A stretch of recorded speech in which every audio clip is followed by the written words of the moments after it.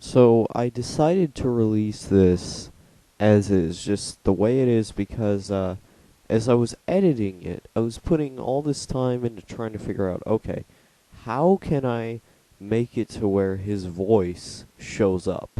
And then I realized his voice wasn't recording at all, so it was supposed to be an interview with Dee Zee Dog, but it ended up just being me talking. So, um, if uh, if there's some parts where it's like really quiet and then I respond to something, that's because his voice for some reason didn't record in MP3 Skype recorder, and I couldn't find a way around it no matter how loud I turned it up. It just turned out to be, well, his voice didn't record. So, um, it might have had something to do with him like being on an iPod. I don't know. MP3 Skype recorders might have messed up. There's really no answer to it, so I'm just releasing this as is, just releasing the audio that I had, and then putting it here. So enjoy what's there.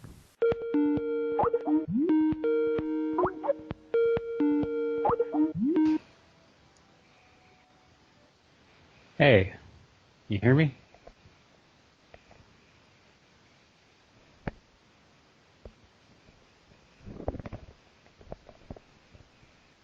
Hey, sorry, I was just setting up this microphone phone here. Uh, yeah, it's no problem. Whenever I set up these podcasts, I always um run into these problems with the internet connection. It goes like when I'm saying something, Oh, okay. yeah, it sounds like we're all stepping over each other. That's why in editing, it takes forever editing these things because I either have to edit out these large sets of time where nobody's talking because the internet screws up, or I have to fix it to where it doesn't sound like Mm-hmm. everybody's how do I explain this? Where the sound kind of makes it sound like one person's more quiet than the other, and you have to like cut up each part where one person's talking and then the other one's Yeah. talking, and then you have to mess with the gain on each part.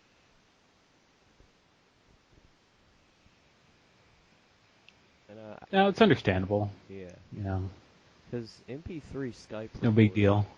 it does not do well whenever I'm talking on Skype. It's most to do with my internet. That's what you used to record? Oh yeah. Huh. Oh, okay. Uh, I usually use OBS for these kinds of things. yeah, I can't get OBS to run on my computer, surprisingly enough. It's an older one. It Hmm. was Windows XP, but I changed it to Windows 7 because it was upgraded as much as it possibly could, and I wanted something to run Vegas on, so um, it wasn't very smart to do Mm-hmm. that, but it upgraded and it works relatively okay. So I get to run the programs I want that need XP. Hmm. Oh, okay. Have So, it's your podcast. Have you Do you ever? have any questions or anything to start off with? Oh yeah, I mean I was going to write down a bunch of questions, but I got busy today, so it was exactly the same thing I did with the Ron Moore podcast. I just kind of came up with questions on the spot, which Oh, okay, that's fine. yeah, I've gotten better at doing that over time. But have you ever been on a podcast, or did you? Mm-hmm. Oh, you have? Uh, no, I've done like live streams before, but they weren't really that good. Hmm. But it's practice. Yeah. It's like with anything. Over time, you get better. Mhm. Yeah. I was watching the show BoJack Horseman, and on there was this. Oh, this is spoilers if you haven't seen the show. Oh. What do you not want? I've seen season 1 and a little bit of season 2. Yeah, there was this. Well, I don't know if this really counts as a spoiler, but oh, never mind. But It's okay. yeah, I got spoiled to the show a few times. it's a great show, but man, there's that show's It is, yeah. yeah, that show's messed up though. It makes you think about it. Yeah, you have to be in the right mindset to watch. Yeah, it makes you think about a lot of just like crazy things like, wow, this is amazing. Because I don't know, I've just never had a piece of Mm-hmm. art make me think that much. And I don't know, it's kind of inspiring to do more in a way and just to be a better person. I don't know. I tried to write a video on it, but it was like, where do I even start? Yeah, yeah. It's a lot of different themes being tossed around in that show. It's done really well Hmm. because I didn't think it would be that good, and I think a lot of people didn't as well. Yeah, That it'd just be another generic adult cartoon. yeah, it started off as one of those like snarky Archer type things where, the character's just snarky Uh-huh. without having a reason to be snarky, but as you go through the show, it explains far more as to why he is this way, and you know, I don't know, it's a really insane ride, and as the show went on, the jokes got a lot more funny, and I love how they pay so much attention to detail because there's all these little meta jokes in there, and it's really really cool. Um, because there was this Yeah. one where, she's like, the guy who was working Oh on, wait, hold on, hold on. I gotta. Sorry about that. I have a little interruption.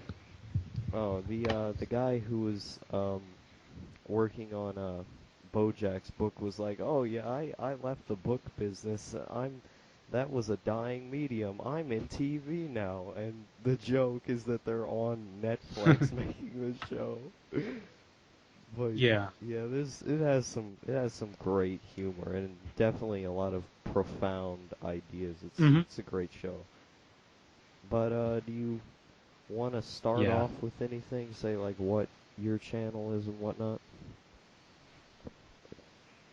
Oh, yeah. Of course. I'm Dee Zee Dog. I used to do gameplay videos. I've actually been on YouTube for quite a while, like really since 2005, 2006, kind of when it started. But I just have been using my older brother's account. Like I'd share an account with him, and I think 2010 or 2009 is when I got my first like personal account, and I used that for a while. I don't know, it's just nonsense uploaded onto that channel. To link it uh, to you, it's pretty silly, but yeah, 2013 is when I started uploading gameplay videos and typical YouTube stuff. And it wasn't until a couple of months ago was when I got this kind of weird idea of doing this like tribute video to different reviewers and people like that, and that's what kind of turned into whatever happened to, and it just became this strange little idea that people picked up on. I thought it would just be this weird niche thing that no one would care about, but I guess I was wrong. Yeah, the I got whatever 51 subscribers in just a couple of months. yeah, the whatever happened videos, they're I always when here this is a weird way I found them.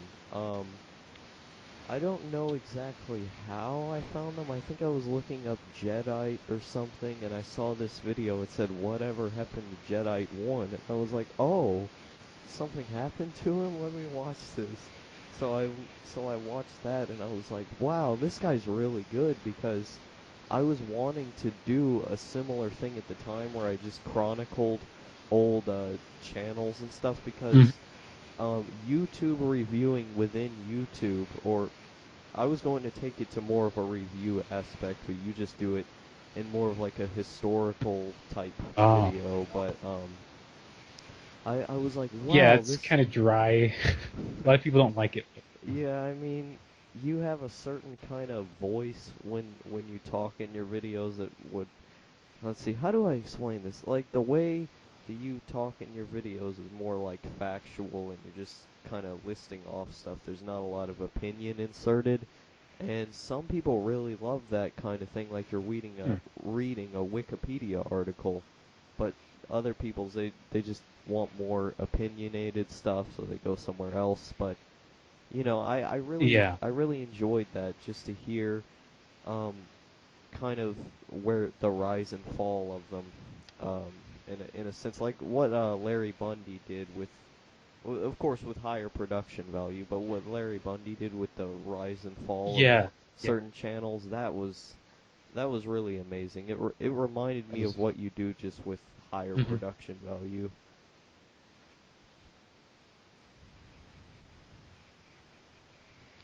Thanks. I appreciate that because I kind of wanted to do this like weird documentary kind of styled video at first, but now that I'm kind of relaxing a bit and being more open and vocal, I'm just gonna not necessarily be more opinionated, but I'm gonna try to be just sounding more natural and Yeah, not as formal. yeah. I mean, when we Kind of all, what Larry does. yeah, when we all start, we all have this kind of weird kind of, I don't really know what I'm doing here.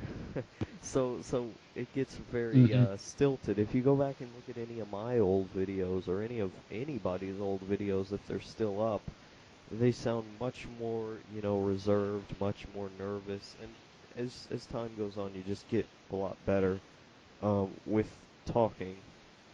Like if you listen to the first podcast of this podcast, and then you listen to the Ron Mower one or any of the recent ones, it sounds a lot better because Uh I huh. just got better at interviewing people, um, and in my own videos I just got better at uh at talking better, and I can tell that you're obviously improving a lot with how you talk in your videos. If they're, I don't know if they're scripted or not, but it seems like you're um kind of It's a little laying bit out. of both. Yeah, it seems like you're kind of laying out the facts a lot better, and you've just made a great transition. But what I always really liked was that your videos always seem so underground, like this thing we're not supposed to know about. That's kind of really one of the things I was going for, especially with the character. It's like this. I don't know how to describe it. It was this. Well, you see, it kind of starts back with when my girlfriend, she's a furry, and she kind of wanted to make like a character or like a mascot, I guess, for my channel, and so she went with a dog, and it's a poodle. But then I decided, I don't know, why don't we just make it just weirder? And so I just added on like horse features, and then I gave it like this virtual boy kind of look to it with the red and black, kind of like it's this like bootlegged character from some crappy console that no one cares about. Yeah, that And exactly. so that's how DZ was born. That and when I was looking at it, it seemed like this is exactly like one of those things from one of those not copywritten, stolen pirate Famicom things. If you watch any of these videos of like, 300 games in one, and half of them are the exact same game but with different Hmm. sprites, it's exactly like that. Yeah. And when you Uh, oh, I'm sorry, go on. oh, no. I was basically just gonna say that, jeez. Freaking phone. Uh, hold on. I'll cut it out.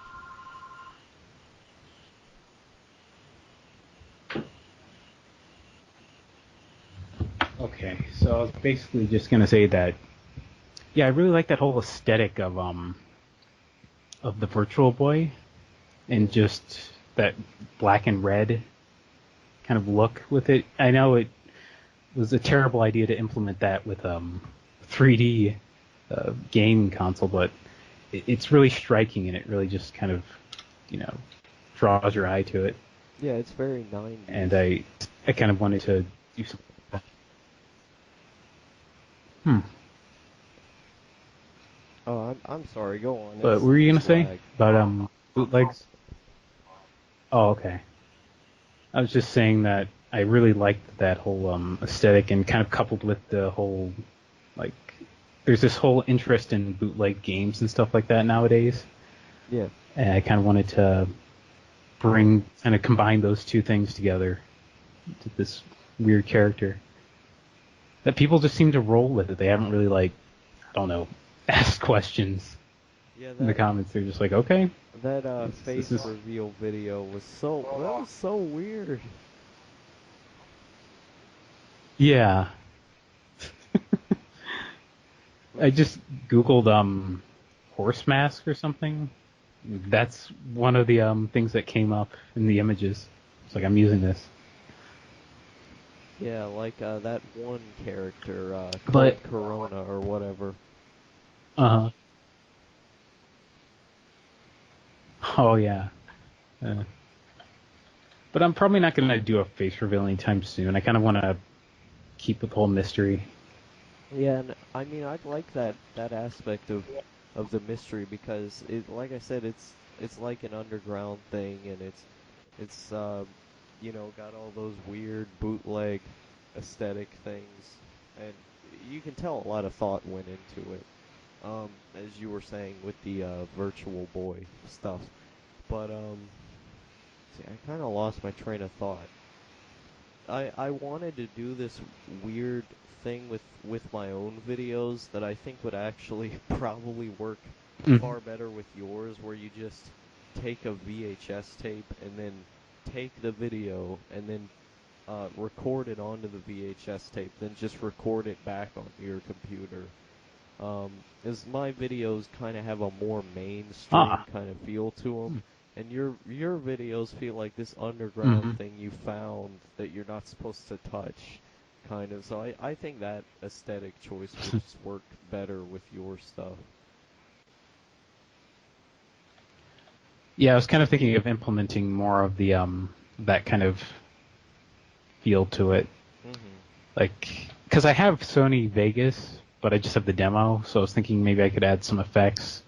I'm not really big on editing, like just throwing a bunch of crap together. I mean, it works with some people, like Catakaris and uh, JonTron, but I don't know. It just feels kind of excessive, Yeah, whatever editing works for but a you, little pretty much. bit. It's good. Yeah. Cause if there's a certain joke that just kind of comes to you, then you put it in. Or if there's a certain editing type that just comes to you, then you put it in. But you can't force it. You can't force Hmm. creative work. Um, I forgot what I was gonna say. Um, well, I guess we could go off on a tangent. Yeah, that's normally how the beginning of these go. We just go off on a big tangent, and usually when I start Hmm. these out and I have a new guest, I'm just kind of adjusting to who it is, trying to figure it out. But yeah. So It's fine. let's see. We covered how you started out on YouTube. Um, what what makes you want to do these videos? One of the main things that makes me want to do these videos is I just like to not really teach, but I just like to inform people about things, even if it's like useless knowledge. Hmm. And I thought this would be like the ultimate bit of useless knowledge. It's just these vids about old YouTubers. Yeah, and I mean it's something nobody seems to be doing except like Watch Mojo will make a top 10 YouTube channels because they're just throwing everything at a wall until it sticks. They're the only one who's really Uh-huh. done something like that.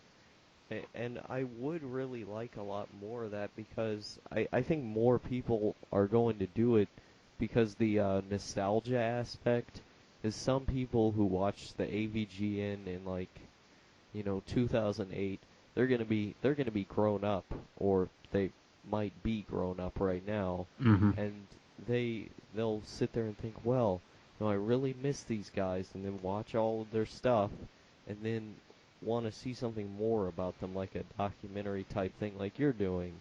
And I think that idea could take off, um, in probably just a few years. Hmm. Yeah, that's a good point. Um, Actually, one thing that I would like to do to kind of push my videos to the next level is maybe try to get some of these people, like get in contact with them, maybe just talk with them, just Yeah, to give it that more that documentary feel. yeah, that would work, cause you have little segments where you're just going through the history, and then you cut to a segment where you and them are talking. That could be a really interesting structure, actually.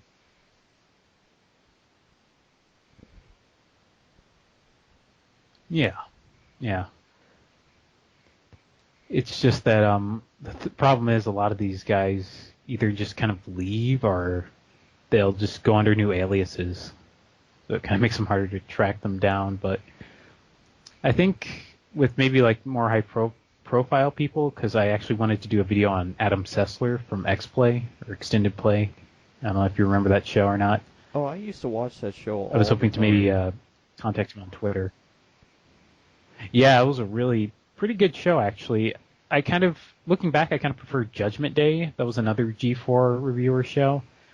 It's it feels more technical, I guess would be the word to say. It's not as jokey.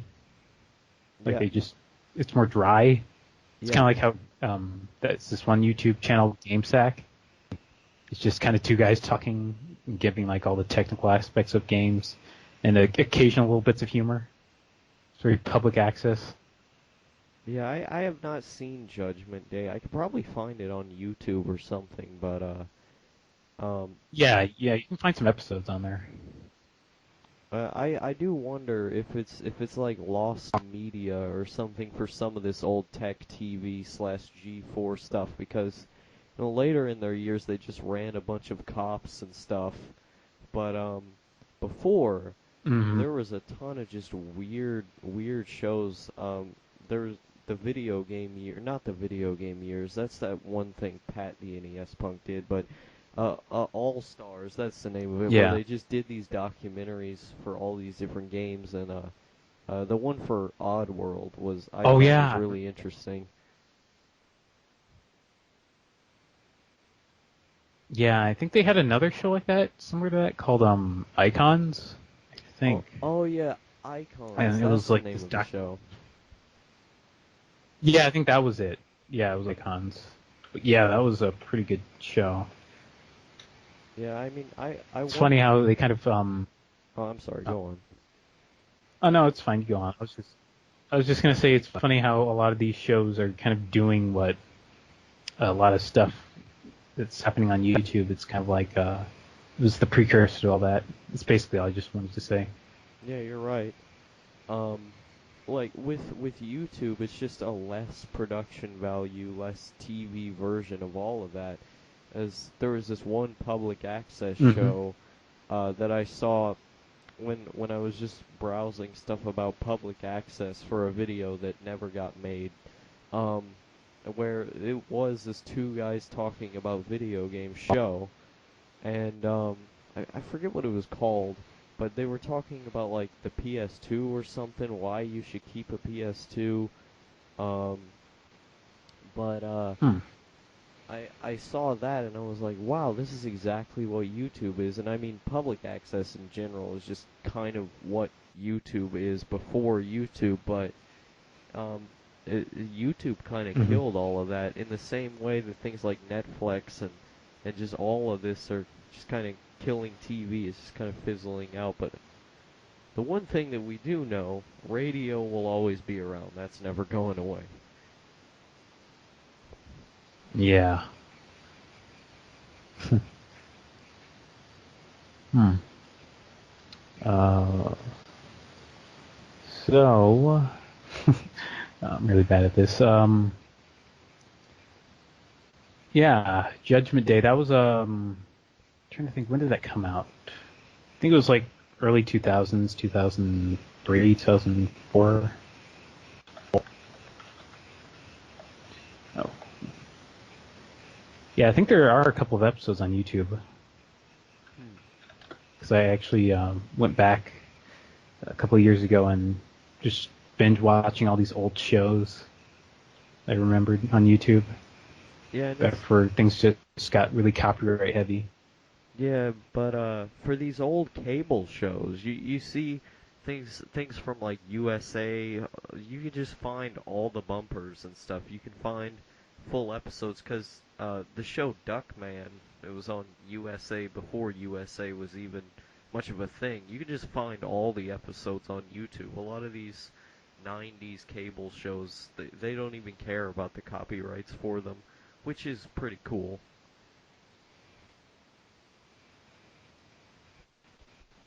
Hmm.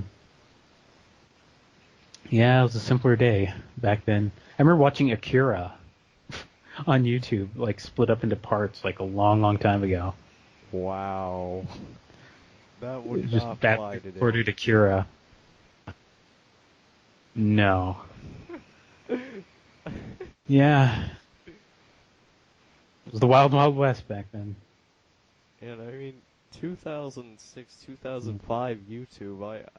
I doubt that was even owned by Google at the time. It's just you could do anything, but No, no.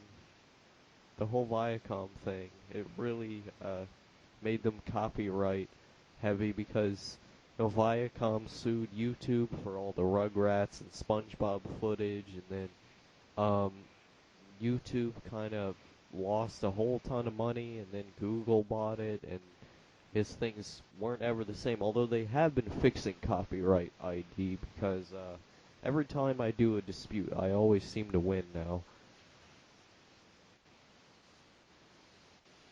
Hmm. Oh, that's good.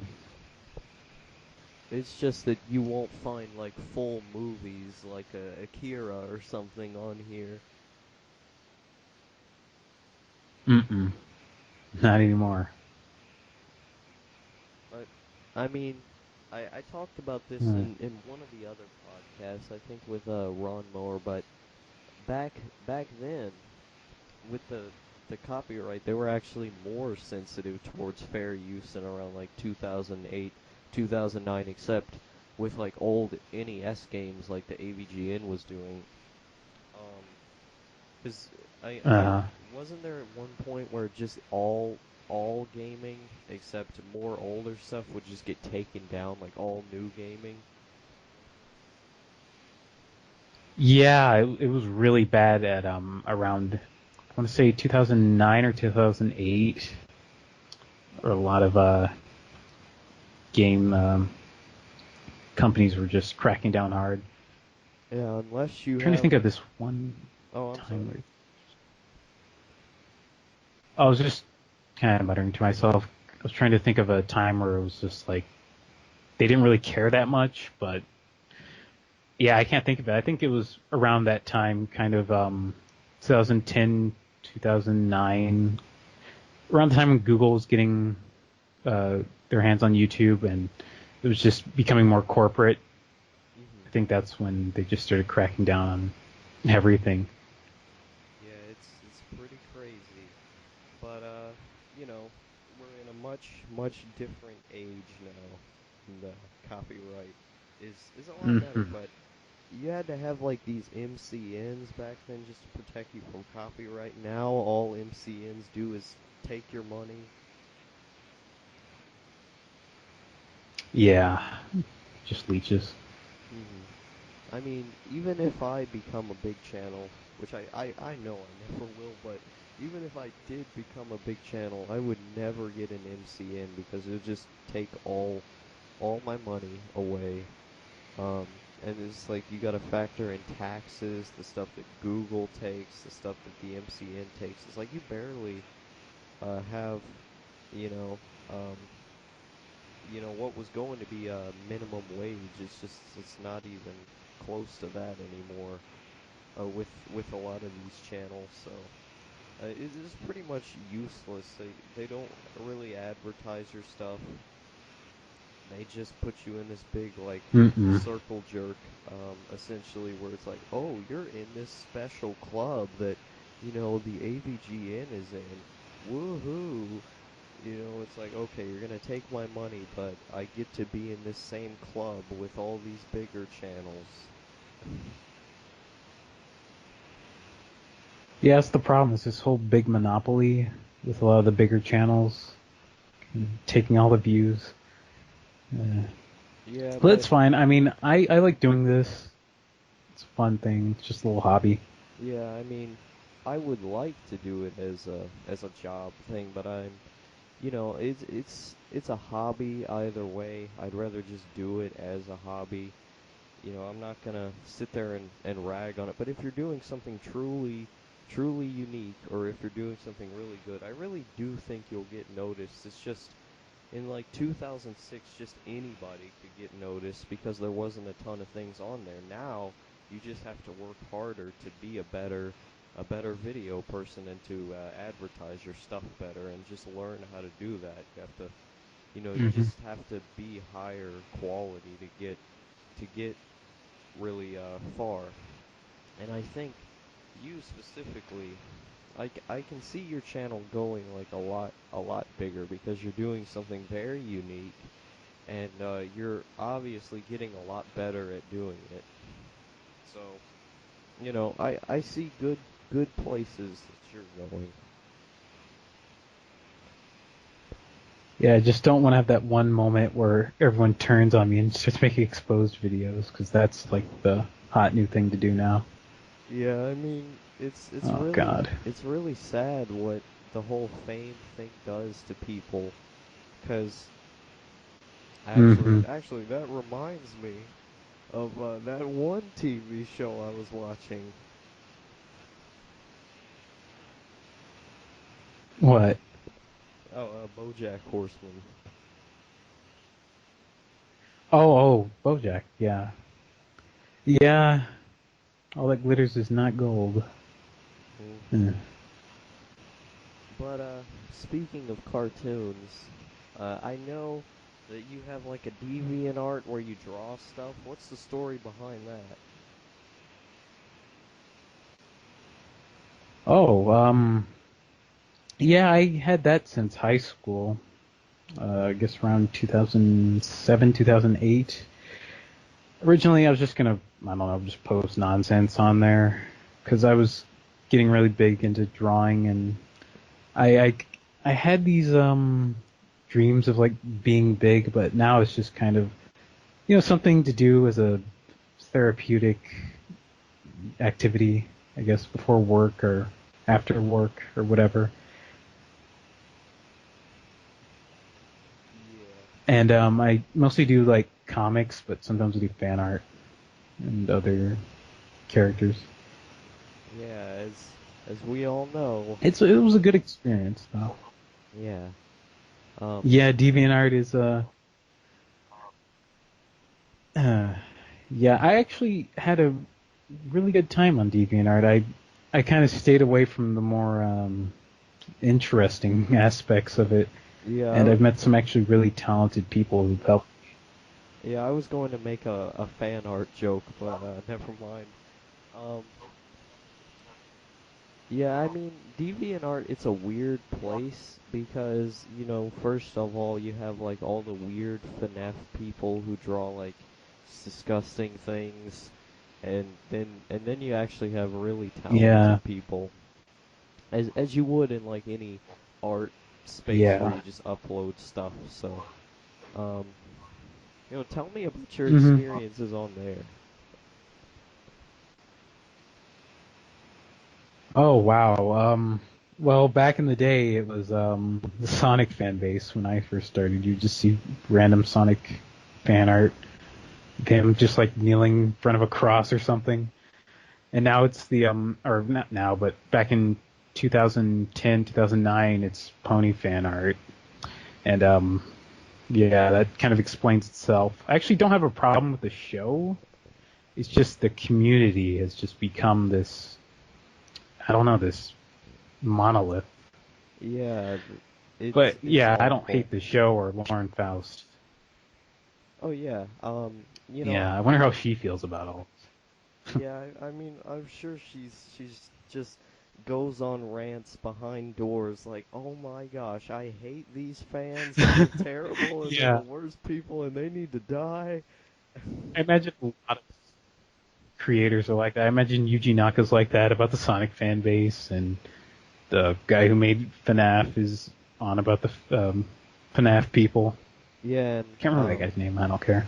Whatever. Hayao Miyazaki about the whole Studio Ghibli fandom. That's one of the Just worst anime in general. fandoms. Yeah.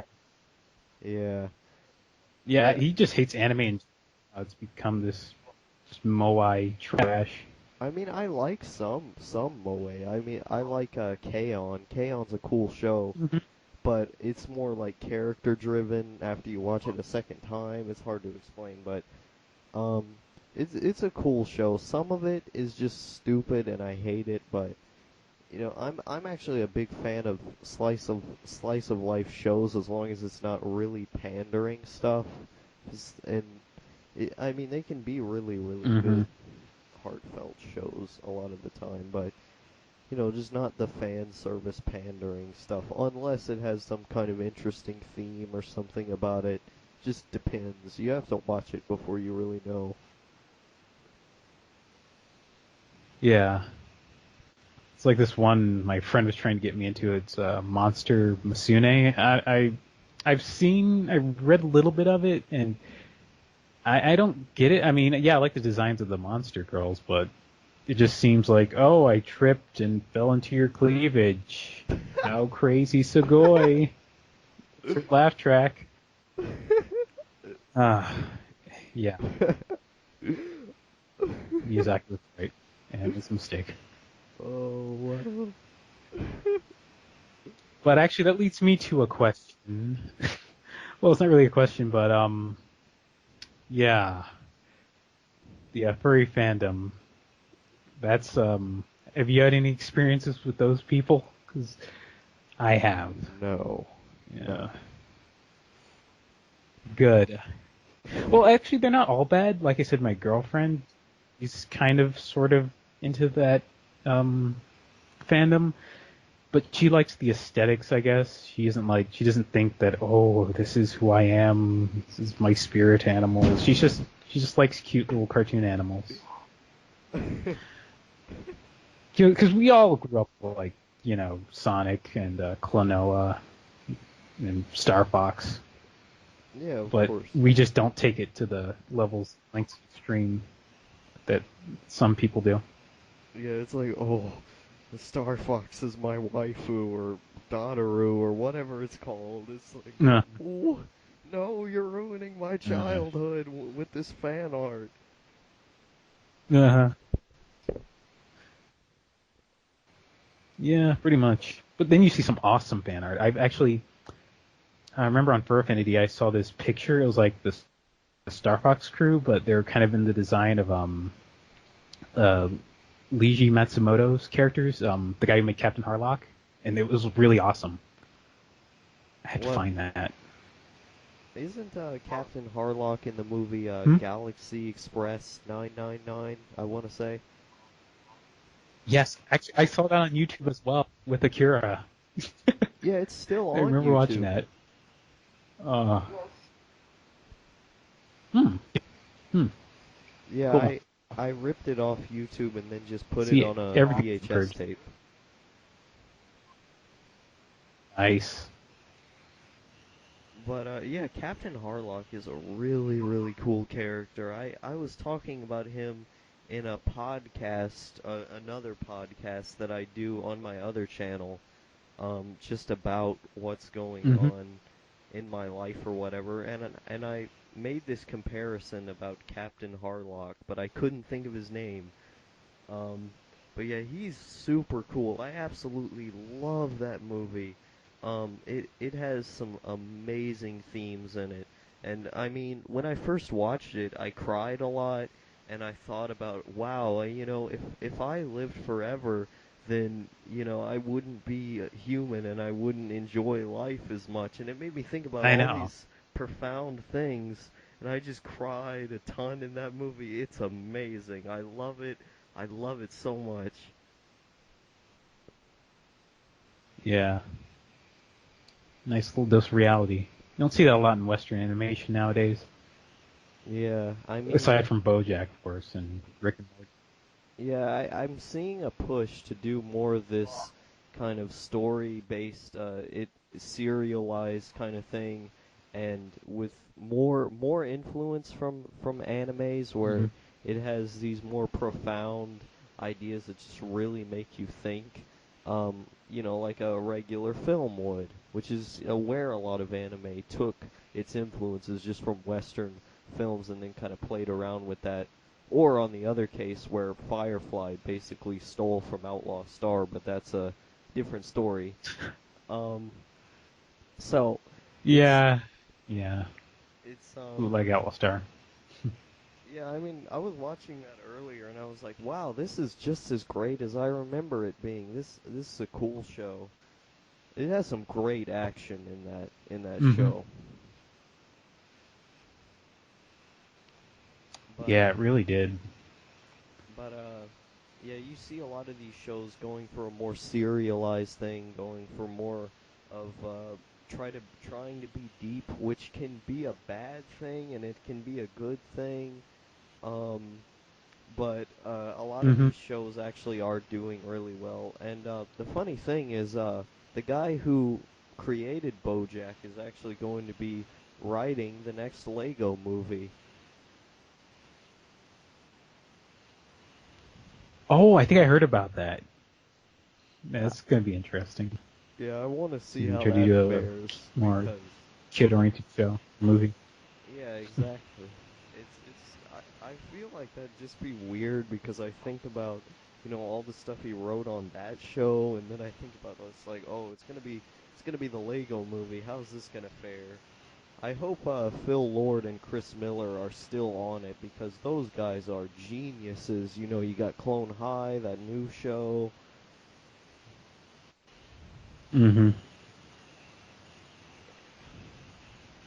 but see, I completely forgot how we got to this topic. As soon as I start talking about cartoons and anime and stuff, it's like I just It fly was off the handle. cartoons, then games, then DeviantArt, then furries. I don't know. It was it was a trip. Yeah, the You whole just got to enjoy the trip, though. yeah, the whole fandom thing. It's like with the Brony fandom, like I enjoy MLP, but I hate Bronies. I absolutely hate all of Really? them. Hmm. Yeah. I mean, I think it's a cool show. I'm not too big of a fan of like season 6 at all, but it's just a fun thing to watch. It's not Yeah. like I'm going to build it up as something more. It's like, "Oh, I'm so cool because I'm watching this girl show." No, it's just a TV Hmm. show. It's a TV show. You don't have to build it up into this big thing. It's just Exactly. I've never been a fan of That's what. That's why fandoms. the internet just dogpiled on them. Yeah, Oh, yeah. exactly. That's definitely me neither. Me neither. If It's just that if they didn't build it up to be this just ungodly, amazing show, people wouldn't have really cared. And just hated them so much. well, I think if without the fandom, a lot of people would probably enjoy the show more. If you have certain people that are just reasonable about it, there's Hmm. like, hey, this is a cool show. It wouldn't be so bad, and more people would actually enjoy it because what Lauren Faust was trying to do with that show was to make it to where everybody could enjoy a girl show and make it to where I heard this in the Nick podcast where they Hmm. just interview people. She was on there and she said something like, I wanted a girl show to be cool like all these boy things, and to show that um, you can do more stuff than just be a secretary or something. And I was like, yeah, and a lot of Hmm. people they just kind of just dilute the whole thing, dilute the purity in it, and do this weird DeviantArt fetish stuff about it, Yeah. and it's like, ugh.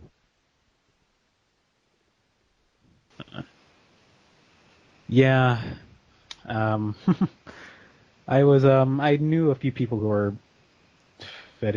artists, and yeah, I ran with that crowd. I feel like I'm talking like I've been in the mob or something. Like you need to just like distort my voice so they don't find out my identity. But yeah, I dealt with some of those people. They're not that bad. Some of the more I guess sensible people, but some can be kind of a handful. But I don't like when people who draw fetch art get kind of just blasted by other people just because they do that, but they just seem like normal people.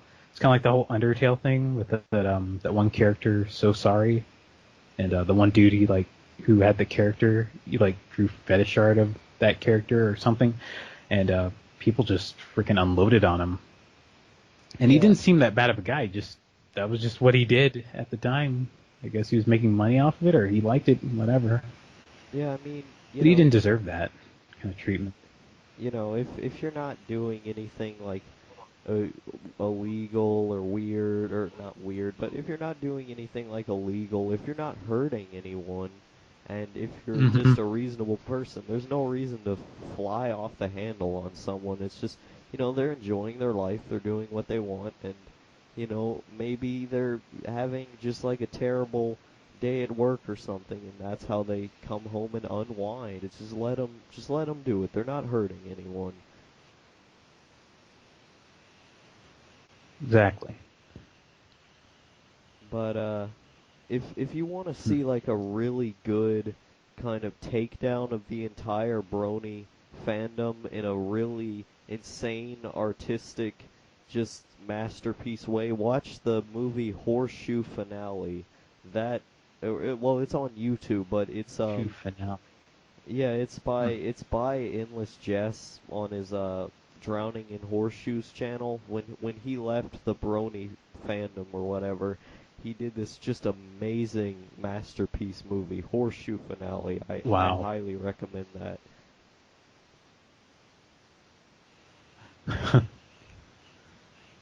Yeah, I'll check that out. It's kind of hard to understand at first because it has like a really weird meta commentary, but it's hard to explain because it's just you really have to think about it, but it's amazing. I absolutely love it. Um, it's definitely one of my favorite YouTube people in general.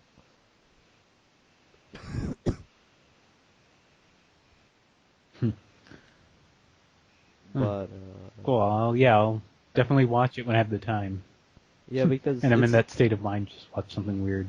it's like an hour and 40 minutes, so it'll take some time to watch, but it's definitely one of my favorite YouTube videos, one of my favorite movies, just good stuff. But see, I don't really know any other questions. Do you want to be asked anything? Hmm. You can if you want. No, I'm saying like any questions you have in mind. Oh. Oh. Yeah. Okay. Let's see. Uh. What? Hold on. I'm trying to phrase this. Don't worry, I can edit this thing. What was your? Yeah, we can definitely edit this because there are just a lot of problems. This has been an interesting podcast. I'm bad luck. My bootlegness is just rubbed onto the podcast. Yeah, it's just too edgy.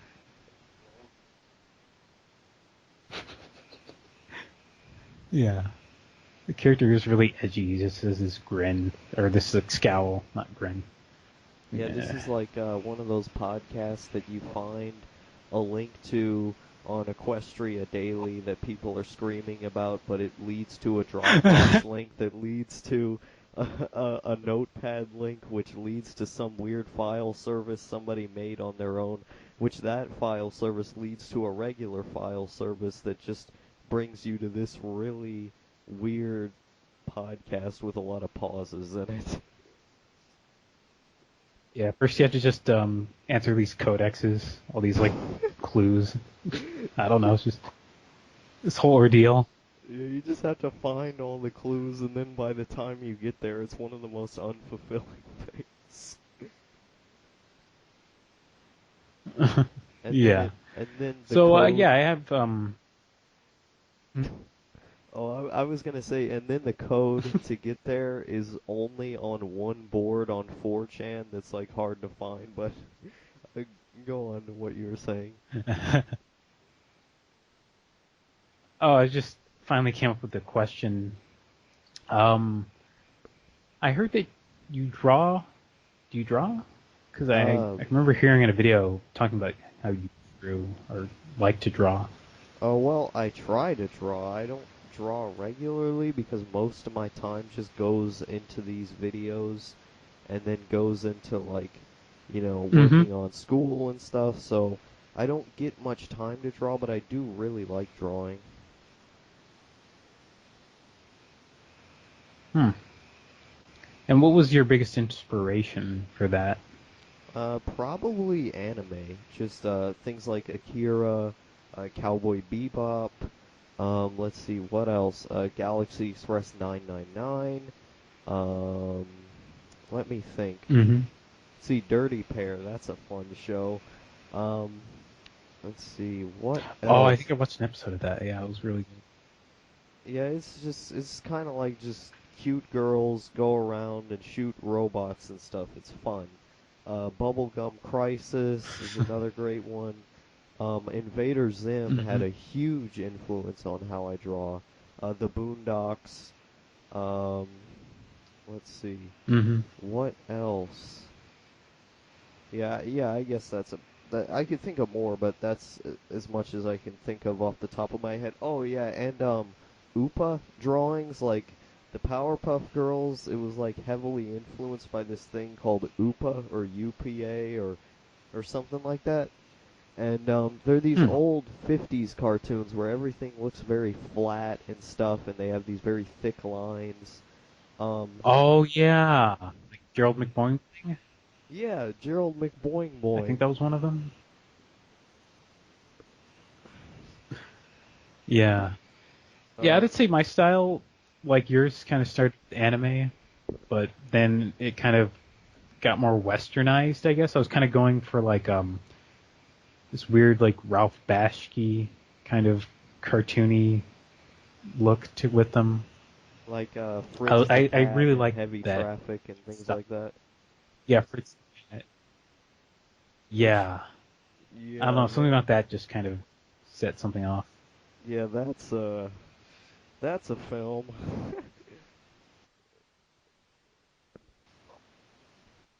Uh huh. Yeah. For some reason, I relate to it, but not really. The main character, Michael, is kind of like me. He's just this guy who's drawing in his room all day, but trying to have a normal life. Things just go horribly wrong. Yeah, and the funny thing about Fritz the Cat is it was actually the first X-rated animated film, surprisingly enough. Um, it came out in Yeah. like Yeah. 71, which is an insane time for an adult animated film to even be came up with.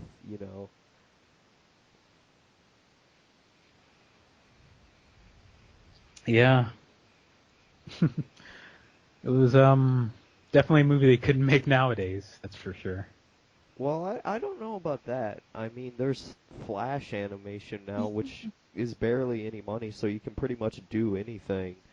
I think the Yeah, true. historical. You. But Oh, I'm sorry. yeah. Oh no, it's just saying yeah. It's just Um, kind of talking. um, the uh, the historical Not so significance of bad. that film. I it's like in the 70s, animation Hmm. cost a lot of money, so You had to use these cells and you had to Yeah. do all these cut corners and stuff. Because, Japanese anime, they found a lot of ways to cut corners with like shows like Astro Boy and stuff. So you can tell when you watch things like Fritz the Cat Hmm. or Heavy Traffic, they definitely used a lot of those corner cutting um, techniques to kind of make it cheaper because it was an independent film, and it's amazing to think Yeah, it that was really small. yeah, it's amazing to think that that even exists at the time because there were no adult animated cartoons besides what was in Japan, and that was pretty much nobody knew about that Mm. in the 70s, and it just blows my mind that it was even made. Yeah. And now, we have things like BoJack that are just incredibly adult, and or Family Guy that just try hard to be offensive without actually saying anything or being funny, and that can air on TV. So, Yeah, it was sad. The first few seasons were actually pretty good of Family Guy. eh, they were I mean, they okay. weren't great. Nah. Yeah, that's probably the word to use. Um, if you see the um the later season or not the later seasons, some of the first seasons, the guy who worked on Phineas and Ferb and Rocco's Modern Life actually wrote for some of those. Dan Provenor. Wow. There's, he goes Hmm. from things like Rocco's and Family Guy to something like Phineas and Ferb. That's kind of weird. That's a leap. And Rocko's Modern Life had a lot of adult stuff in there. Oh yeah, the only reason they got away with a lot of that is because it was in a different animation studio. The same thing happened with Ren and Stimpy. They were outsourced from Hmm. Spumco, so Nick basically gave the budget to Spumco, and Spumco would like spin forever and miss air dates and stuff because John Crick Falusi was just a huge perfectionist, so he would be willing to just change everything to get one little bit right. And so they just went way over budget all the time, and they snuck in all these adult jokes that got on the air. And so, when John Crick Falusi was fired, they made games animation just to produce Ren and Stimpy, because the adult jokes got out of hand and like parent groups were mad and stuff. But Hmm. yeah, it was far easier because they just outsourced it from another studio, and there wasn't as much Nick executives looking over, and it was the most popular show, so they didn't care as much.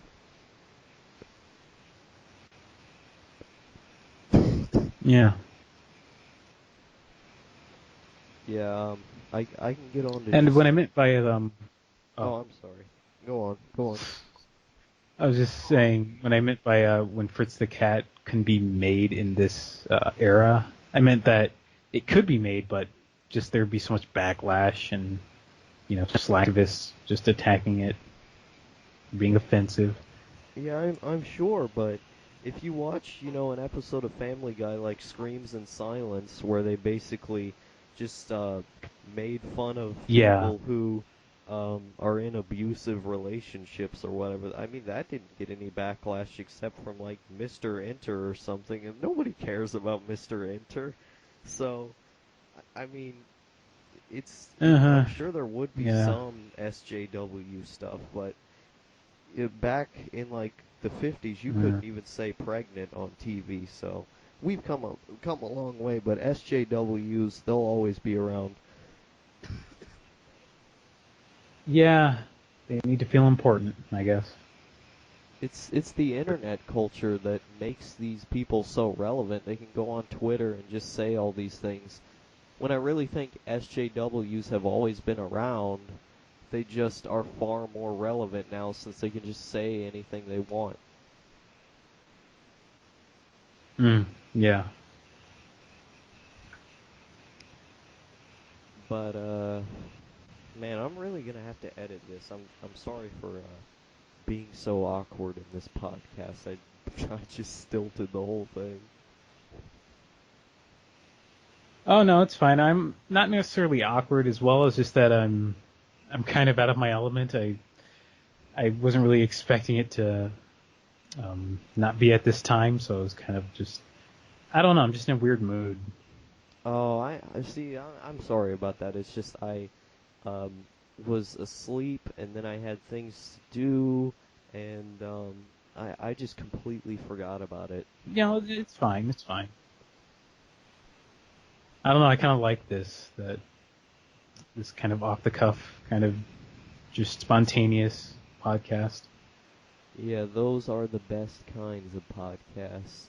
As have you listened to the Pizza Party podcast by any chance? Yes, I do. Yeah, that During most of my show. breaks, I will listen to podcasts. That That podcast. show is amazing, and it's just mostly off the cuff. Like they get on these Hmm. huge tangents for 30 minutes about some weird thing. Yeah, Reckless Media Radio, another podcast I used to listen to a long, long time ago. They did the same thing. It was just insane the things they would talk about. They had this one bit called Scab Butler. It was basically just I can't remember the name of the butler from Fresh Prince of Bel Air, but it was just like him, and he was just like peeling off pieces of his skin and like putting it in food. It was just like, what? Where did we get here? In audio form? Uh, yeah, it was just like I can't even remember what episode it was from, but there was like this YouTube channel. I think it was one of theirs that they would just like take snippets from their site and just like post them on their YouTube channel. Yeah, that is weird. Yeah, I gotta look that up. it's just insane. Yeah, Reckless Media Radio, Scab Butler. It's better It's, with no content text. yeah. But what is what is your favorite system? How about that, and why? Oh, that is like asking what is my favorite family member. That'll change in from time to time, but right now I'm playing a lot of GameCube games, and I really liked the GameCube. It was a lot of people just think of it as kind of the third wheel and that generation with the PS2 and Xbox, but I don't know. It didn't have to be more than it needed to be. It was just we play games. We play games well. We don't need DVD players and online and all that.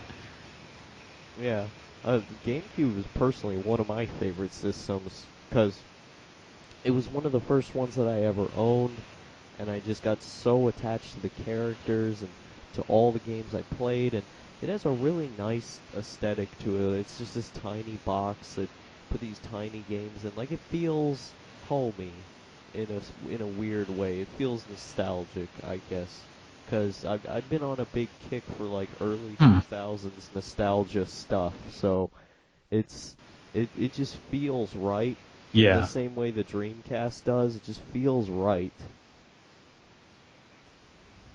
yeah, and a lot of great games from the Dreamcast were actually ported over to the GameCube. Like Skies of Arcadia, that game's really fun.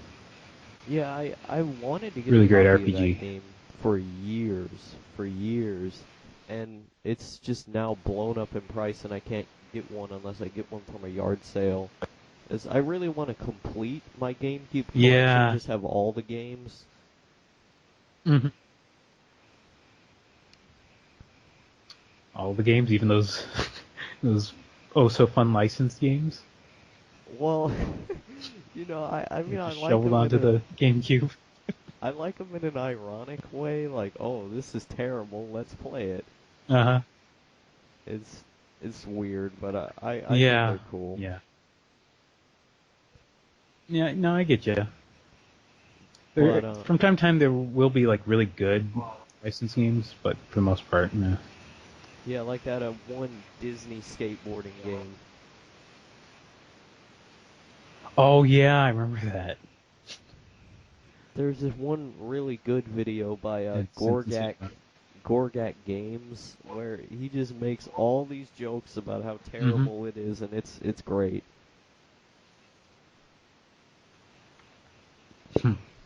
I think this would be the Yeah. part where I edit in a bunch of jokes that Gorgak makes and just edit them in.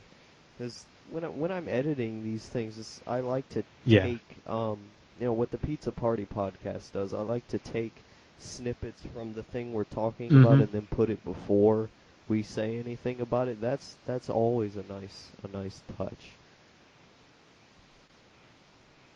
Yeah.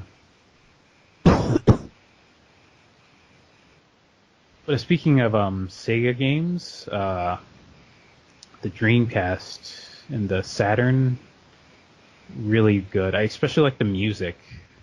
I don't know, something about that just resonates with me. It just like anything from my past could be like linked to that kind of style of like it was like this new wave kind of funk. Like they used a lot of saxophones, a lot of guitar, a lot of bass, and a lot of like techno, and Hmm. it fits so well. Like that is just my childhood for some reason. That kind of style of music. So like a lot of pop, punk, rock kind of stuff. Mm-hmm. Yeah, that too. Like with Jet Grind Radio, those games especially. Yeah, the soundtrack on Jet Grind Radio is absolutely insane. I love it. It's so cool. I Yeah, shame a lot of those IPs are dead now because Sega kind of had to downsize, I guess. So now they're yeah, just worrying about Sonic. hopefully Sonic, hopefully these new Sonic games do do well because then they could bring back their IPs. People were like, "Oh, they're going to make the Dreamcast 2." It's Mm-hmm. like, "No, they're not going to make the Dreamcast 2." Do you even No, know how no. much money a console is to manufacture and how much it is to get the third party developers and the games? It's like, no, they're not gonna do that. Yeah, at best we're just gonna see maybe remakes or sequels of old Sega IPs. Like I was hoping they would do something with Burning Rangers. I don't know if you heard of that. Oh yeah, that game is really It's cool. like firefighters in space for the Sega Saturn. Yeah. Yeah. Oh, if you're looking for like Sega Saturn or like Sega Saturn music, there's this guy called Teddy Kuma, and he basically like made this like MP3 like mixtape of all these Sega Saturn game songs, and they're really good. There's this one. It's the song from Mega Man 8. I can't remember the name, but it was hold on, it's Lane theme, and he basically just plays the song as is, but then he like mixes in like these answering machine messages, and they're kind of just random at first, but then they just kind of turn it into this like really weird and dark story about this guy like murdering his wife. It's just you gotta hear it. What It's the insane. heck? Yeah, you gotta hear it for yourself. It's called Sega Saturn Mega Mix. Just look Okay. that up Can you and have a link it to ball. me here in the chat because I gotta know Yeah, what sure this is. thing. This is some deep web 8chan stuff right here. It really is. It's this guy on DeviantArt, and he did like the cover art. It's really funny. It look because Sonic, it's like a picture of Sonic, but he looks like he has this like Macaulay Culkin corpse face, like he's this like retired child actor or something. It's just really Jeez. funny. I like it. Isn't Macaulay Culkin's doing pizza covers of the Velvet Underground songs now? Hmm. I have not heard about that. Yeah, it's like the Pizza Underground, and then he does. Macaulay Culkin's is the one from Home Alone, right? Mm-hmm. Yeah, he does these pizza covers because he can just do whatever he wants since he has all this money. Um, he makes these pizza covers of Yeah. popular songs. Or by no, he makes pizza Hmm. covers of the Velvet Underground and makes them about pizza. That's the one. So it's the Pizza Wow. Underground. Huh. Yeah, I have to listen to those. It's very weird, but Hmm. let's see. Man, I forgot what I was gonna say. Um, the Sega Saturn, great system. I think my favorite console of all time would probably be the PS1. Um, Oh yeah, definitely. but yeah, it has just so many weird, obscure, and just s- out there games that just had no budget, but somehow made it on the system. Hmm. I don't know. I just really intrigued by that, and of course you got all the regular IPs. It's just a Yeah, fun time because it has a really yeah. neat aesthetic to all the games. I love that PS1 graphic style where everything just looks all blocky. It's cool. Hmm.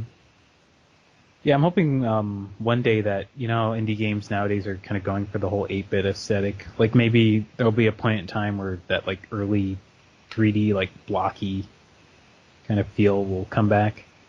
Like Because with Deadly Minecraft. Premonition, that game, yeah, like Minecraft, but Deadly Premonition, it feels like one of those old PS1 or Dreamcast games. It's like bargain bin budget games that was just made by some random developer, Yeah. but just with new update graphics. Like I could see that being like released back in 1996 on the Dreamcast or not Dreamcast, PS1, like early Es- 2000s with the Dreamcast. Especially with the really bad voice acting and the weird mechanic where you have to Uh, fill up your car with gas and stuff, and the weird story. It's like, wow, this yeah, is just exactly like a Dreamcast game. mm-hmm. Because my girlfriend, she was like saying, "Oh, this reminds me of this game called Illbleed for the Dreamcast. I don't know if you heard of it. It's a I really think I have obscure that. kind of survival horror game. Oh, you do? Yeah, it's over there You hold on to somewhere. that, my good man. Okay, how what is it Yeah, you're worth just a like it's over bunch? there. Yeah, let's just say it's not worth a lot. It's worth a small fortune. Okay, it's not really that much, but I'm sure it's worth a lot. You It's could get worth a a small decent fortune. amount for that. Let me see the actual price. Oh my god! Okay, it's not that much. Never mind. I was looking at something else. It was like a bundle of different games. But hold on, let me see the actual price that Oh people are wanting my it for. god, it's not worth that much. It's like $80 now. I Oh, just saw it next to like these other games. Like someone was selling them for like $1,000. It was like D2 and original Shinmu. It was like this whole bundle that they had, I guess, on Amazon. $1,000. But no, it's just worth $80 for it. Yeah, Well, I just for all mean, these obscure Dreamcast games. yeah, I mean, people really bumped up the price for Shenmue. Like, even though it's one of the best-selling games on the Yeah, that's like Dreamcast, 100 now. yeah, it's $100 for this best-selling game that's everywhere with every Dreamcast owner. But people want to I make it a know. hundred because these people buy up all the copies of it and then try to sell them because Shenmue 3 hype. Hmm. Yeah, I really hope that that's going to be good because that game was a really big innovator. I Yeah, mean, all the stuff like open world and day and night. it's an amazing I game. don't really want to say it started with that, but yeah, it was. A lot of people don't like it because it's really slow moving, but I don't know. I kind of like the kind of feeling. It kind of has this. What's the word I'm looking for? This. It makes things feel more urgent, I guess, It because feels you like wouldn't a like real if you're gonna world. go avenge your father's death. Yeah, if you're gonna go avenge your father's death, you're just not gonna like run out, guns a blazing or fist a blazing, I guess in a Ryu's case. You're gonna take your time and gather information and learn stuff. It's you know And go and try and that's the find thing I those like about that sailors. game. It's Yes, exactly. I'm looking for some sailors. Uh, and I Oh my mean, gosh. I'd probably go. I'd probably go to the arcade too after I was going to avenge my father's death. Like I'd need some time to collect myself. I'd just play some old Yeah, Sega exactly. You arcade gotta games. decompress. Yeah.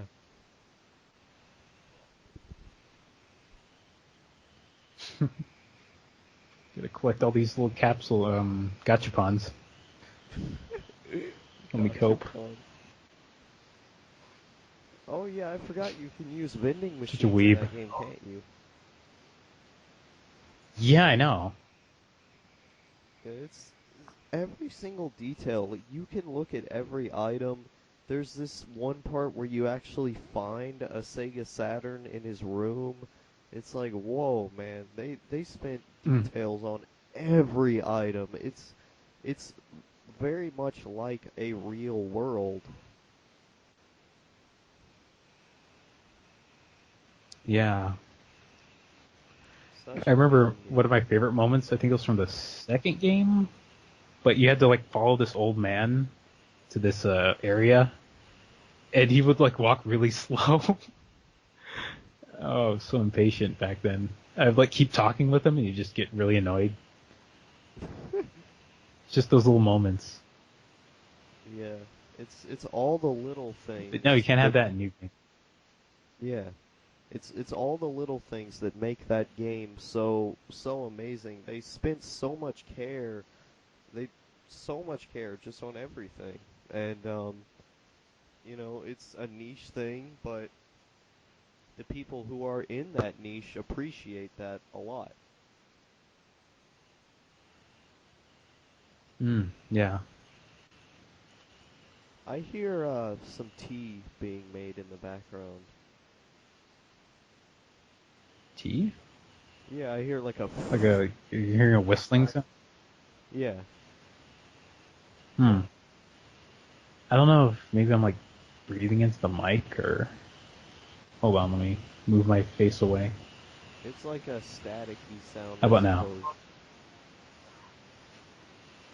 Oh. Yeah. I think the sound levels are too high. Let's see. Yeah. Probably turn them down. How about now? Okay. I still kind of Okay, hear it, good. but So like, come on. This is now I can just barely hear you.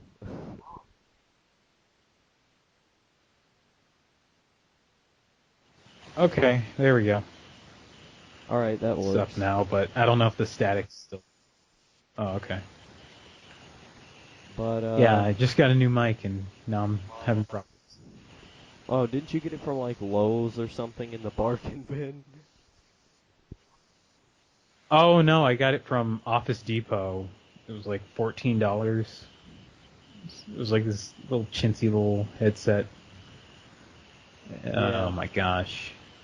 Well, personally, the bad microphone quality adds to how underground it is. It's very black metal.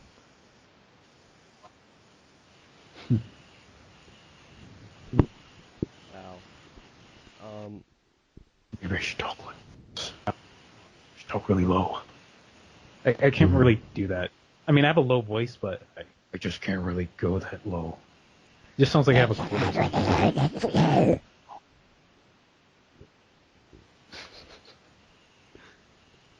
this Just this resorted to us making noises and voices. Yeah, it's like somebody just comes in. If this was live, and then somebody just comes in and we're just talking like this, and it's like, what are these two idiots doing? Yeah. Oh man, Hmm. this is a disaster of a podcast, but I love it. I don't even know what I'm talking about anymore. Yeah, it's really reached that point where it's just so bad it's good. I'm having fun though. I hope all my podcasts are like that at some point where it's just I make all of them so bad that it's good. That's the best kind of good. Hmm. Well said. So, so where do you come from, or do you not feel good telling that? Um. Well, if you're familiar with Squidbillies and that one episode with the guy from the the guy who was pretending to be Patrick Swayze, Hmm. um, well, yeah, just that'll be your hint. The big fat guy with no legs. Well, I guess I have to I'm watch from Texas. Squidbillies again, Spoiler. 'cause oh, you don't sound like you're from Yeah, it Texas. just ruined that. Yeah, I don't have the accent. Only like a few people actually do. I remember this study. It was like it was either this year, but it was like the only like uh, 30-20% of Texans actually have the Southern drawl now. I guess because of this generation being brought up with I don't know. I guess different people are coming in, like especially from California and Mexico. So you kind of have this like intermingling of cultures and accents. So it's kind of just phased out. You only hear it from older people, I guess, and some younger people. Yeah, and But yeah. TV, the internet, just all of that. It's so many people are coming together, and Hmm. so you pretty much just hear one kind of I don't want to say monotone, but it just sounds like the middle American kind of voice that it's a lot more people are getting that kind of voice where they don't really have any kind of preferred accent, or it's not like an extreme of Yeah. any accent, Yeah. It's kind of which sad in a way because it's like a piece of culture diminishing. yeah, But but it's I guess it is what it is. yeah, it's a double-edged sword because on one end you have people coming together, and just talking to each other more on a Yeah, more that's like, oh, true. I can understand what you're saying, and on the other hand, it's like you're losing a part of history. But we'll always have film, and Hmm. it'll just record all of the people talking Yeah. on these old radio shows. They'll always be around on the internet where people are talking like this, you know. Uh huh. It's just funny It's because my girlfriend actually has an accent, but I don't. But she's from a different state, which I'm not gonna say on here because she likes her privacy. We're actually kind of in a long distance relationship. uh and that's an interesting thing because a lot of like millennial people are doing that whole long distance thing where they just so many more people Hmm. have relationships over the internet to just get with the person that really matches with them. I don't know. I just find that really interesting. Yeah, because I have no trouble meeting women. I've been able to at least have two other girlfriends during high school, but they weren't like anything serious. But I don't know. I just feel that people nowadays are kind of just so contained within themselves that it's kind of hard to really like open up. And I think the internet kind of allows just that what's the word I'm looking for? Just it allows your emotions to just override like basic aesthetic looks, I guess, because you can't really see the person unless you're like Skype or Google Hangouts. Yeah, because yeah, So that's one thing I like about that. it seems like we have more neats in culture. In Japan, they call them hikikomori, and they're just everywhere. It's like Yeah. I forget. It's like almost half of their population are hikikomori, and almost all of their population are still virgins. So they have a real problem with that over there. So I don't know what America would be like if we Hmm. got that problem. Yeah, I don't think we'd ever get that problem, but it'll be interesting.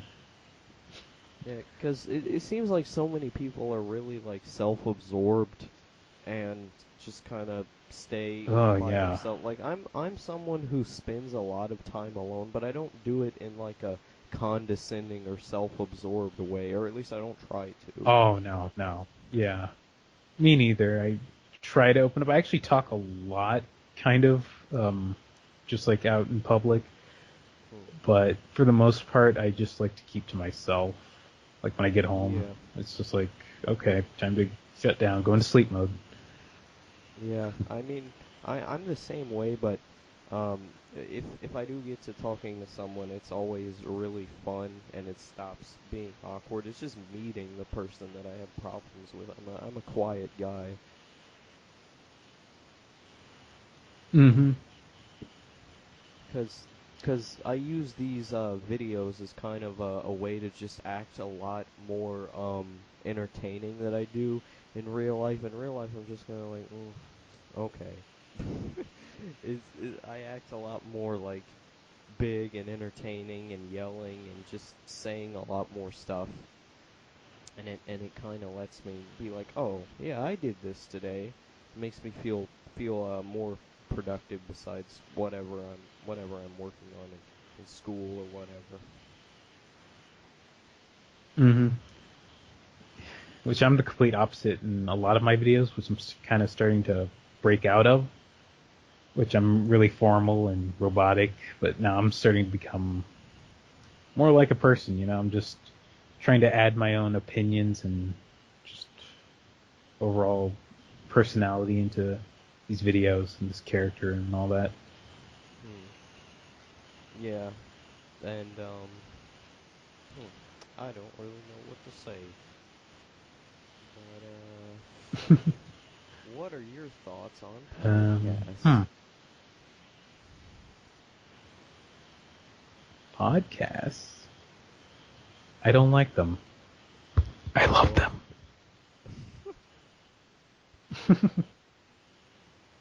Yeah, I mean, if No, you I hated like. I really podcasts, love podcasts. yeah. Yeah, I was messing around with you. But yeah, podcasts are great. It's basically just radio, but it's like kind of when pirated radio was a thing, long, long, long time ago, and everyone could just like get onto the airwaves and talk about whatever. It's just that, True. but on a larger scale. I actually don't really know what pirated radio is. Like, I know there was a movie about it called Pirate Radio where London bans rock and roll or something. That was a movie, but and there was an Yeah, episode of yeah, I Malcolm in the remember that Middle. movie.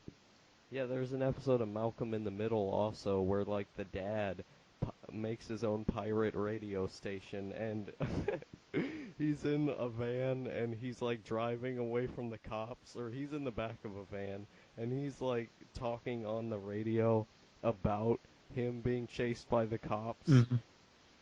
Yeah, that was a good episode. Yeah, it was a great show.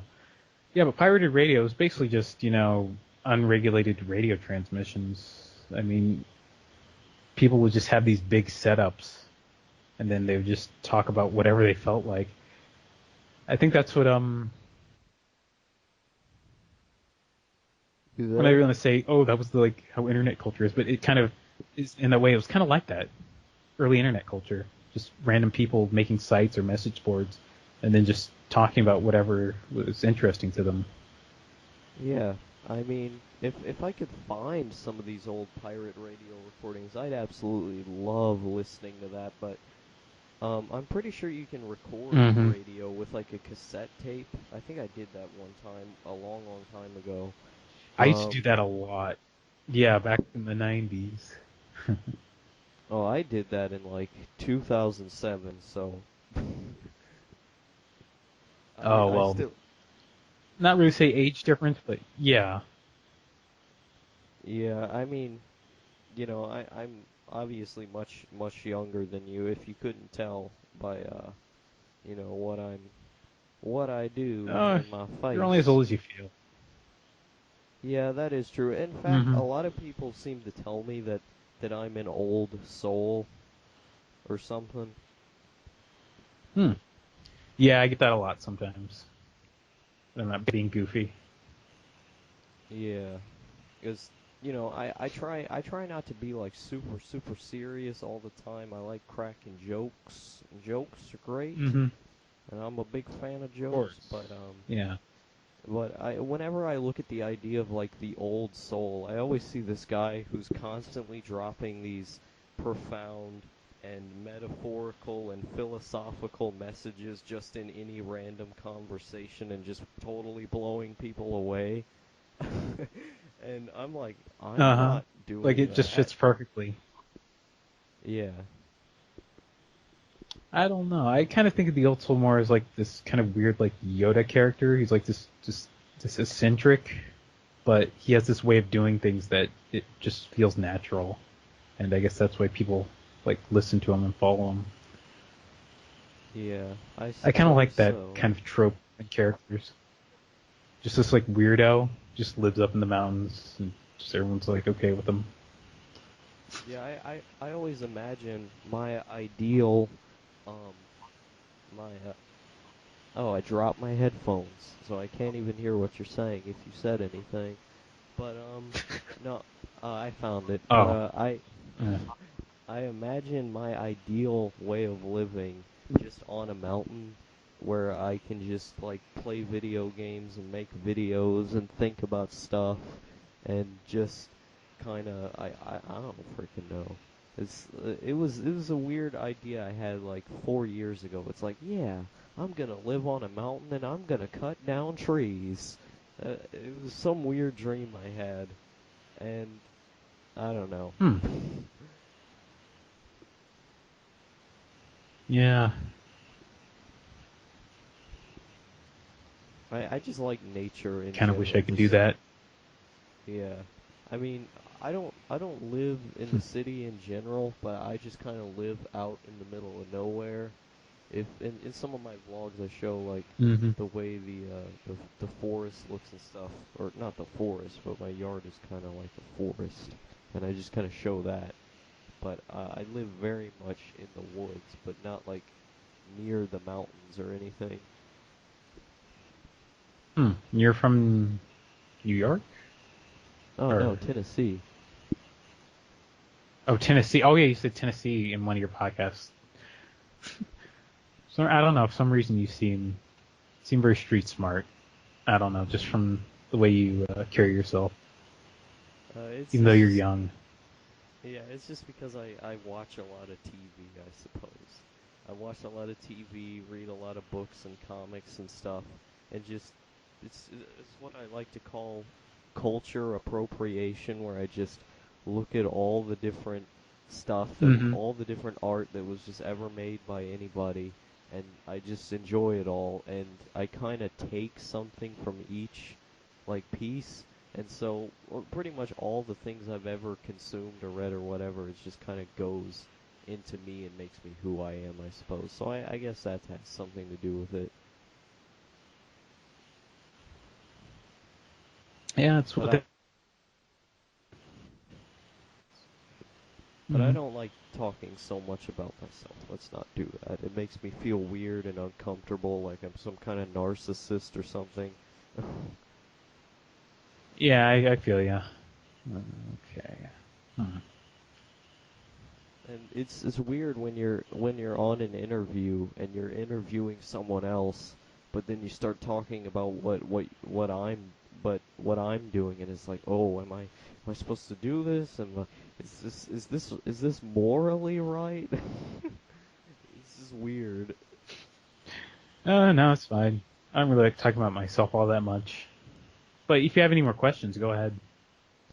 Um, let's see. Just random YouTube discussion. Whether your some of your thoughts on YouTube, where it's going, um, what people are Oh, doing in this it now, question. trends, just all of it, just all of it.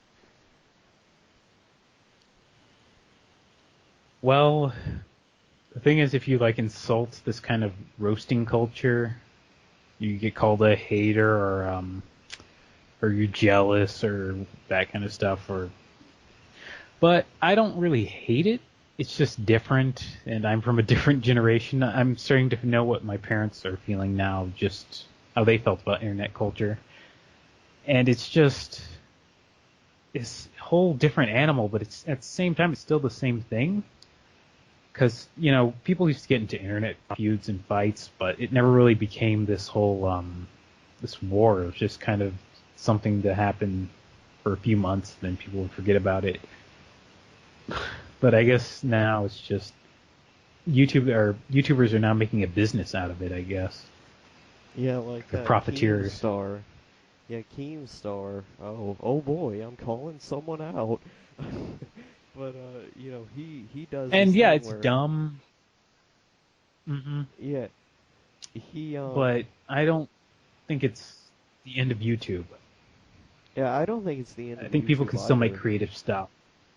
Yeah, it's a platform where you can upload anything you want, and if people like what you create and they know about it, they're gonna give you money, um, either via Patreon or just Yeah. by watching the videos. Cause the guy who made Horseshoe Finale, Endless Jest, he makes more Hmm. money off Patreon because people love his work than most big channels make off ad Hmm. revenue, and he only has like 10,000 subscribers.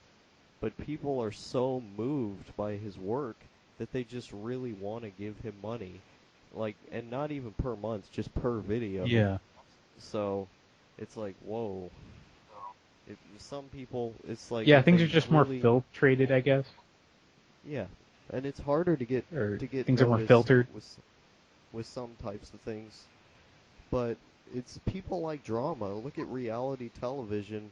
It's all very like scripted and stuff, but Yeah, it's there's just like that. drama. Hmm. Very primal. Yeah, exactly. It's it's just people like watching each other fight for some reason. I don't know, verbally. Yeah. And people saw that they could make money out of it, so they just turned it into this big trend that everybody wants to do now. And you have these people Hmm. who are doing like really clickbaity videos and stuff, which I'm fine with clickbait, but you can't go so far to where If done you right, put yeah. like, yeah, you have to make it to where in a Space Dandy video, you don't put like a random girl you found on Google as the thumbnail with no shirt on. That's not Yeah, you put how one of it the girls works. from the show. Yeah, exactly. You take one of the girls from the show and I don't know, you just make it to where it looks like something people will want to click on, and it's Uh like huh. clickbait, but it's not telling you it's something it's not.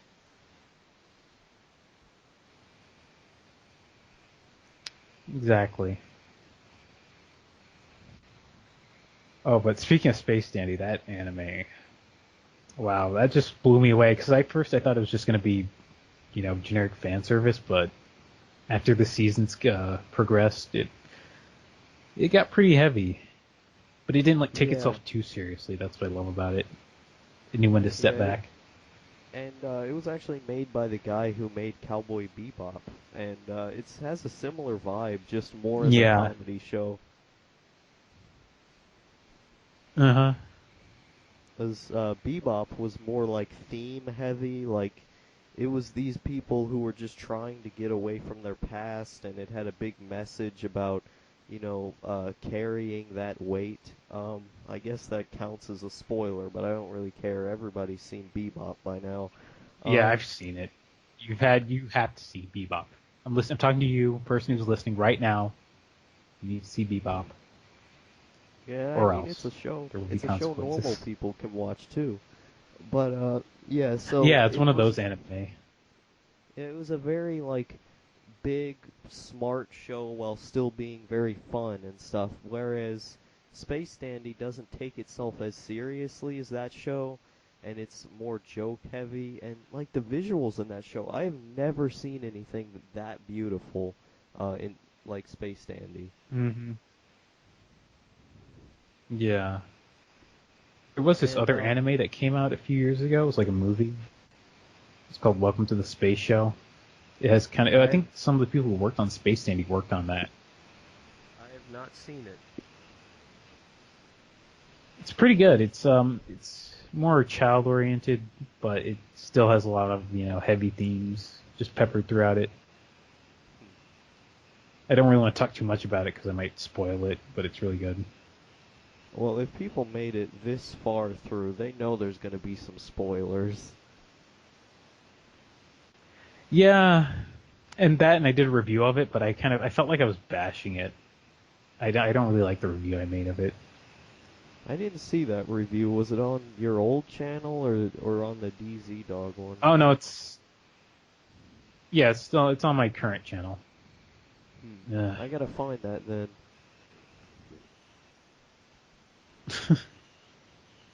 Enjoy, I guess. Enjoy, I guess. But let's see. Actually, Try to. one of the Hmm? interesting things about Space Dandy was as it aired in Japan, it actually aired on. It had a simul dub, so as it aired in Japan, it actually aired in America on Toonami with its Oh, dub. cool. Yeah, Oh I yeah, I think heard about that actually. more shows need to do that where they just do the simul dubbing thing. I think Drifters did that new anime. Mm-hmm. Um, I think they Hmm. tried to do it with that one fan service show, but it didn't work. But I Oh. think it's great Yeah. because a lot of these dubs they take like years to get made when the subbed ones just come out the day after they air in Japan. And I'm a dub guy. I'm fine with reading subtitles, but I'm more of a dub guy. Mm-hmm. Same here.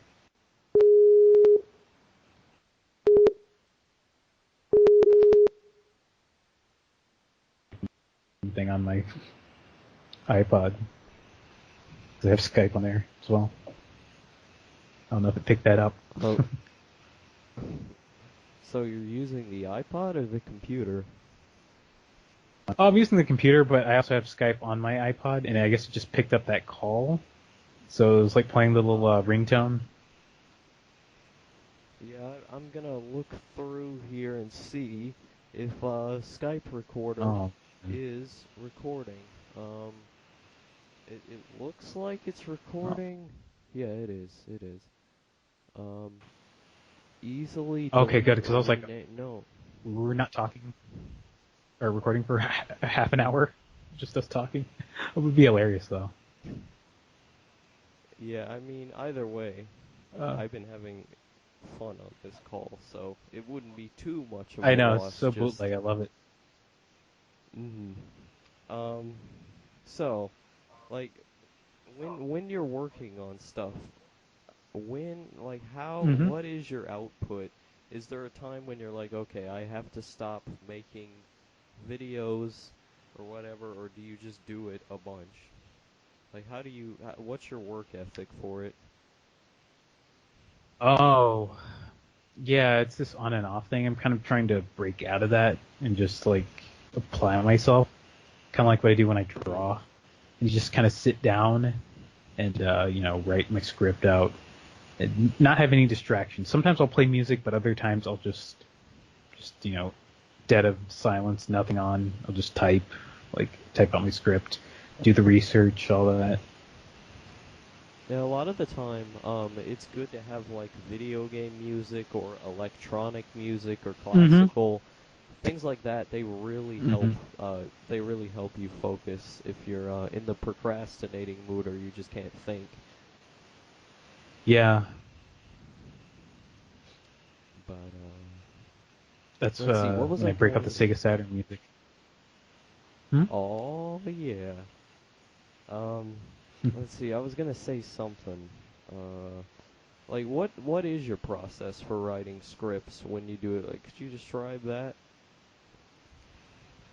Well, for the most part, I just try not to be too robotic, I guess. Like try not to sound like a college dissertation, which is one of the problems I think I had with some of my earlier videos. It just sounded like I was writing a report, Hmm. and it just sounded so Yeah. formal and like, oh, and then this happened with him, and then he did this, but no, I need to just now try to just be more natural. Just write like how I would talk.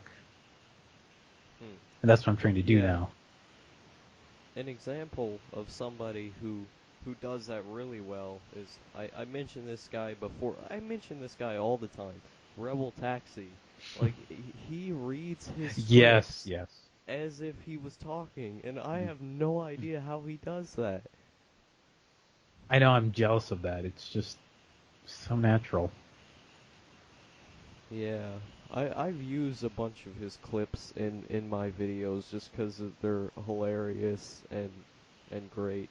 Mm-hmm. But let's see, what was I going to say?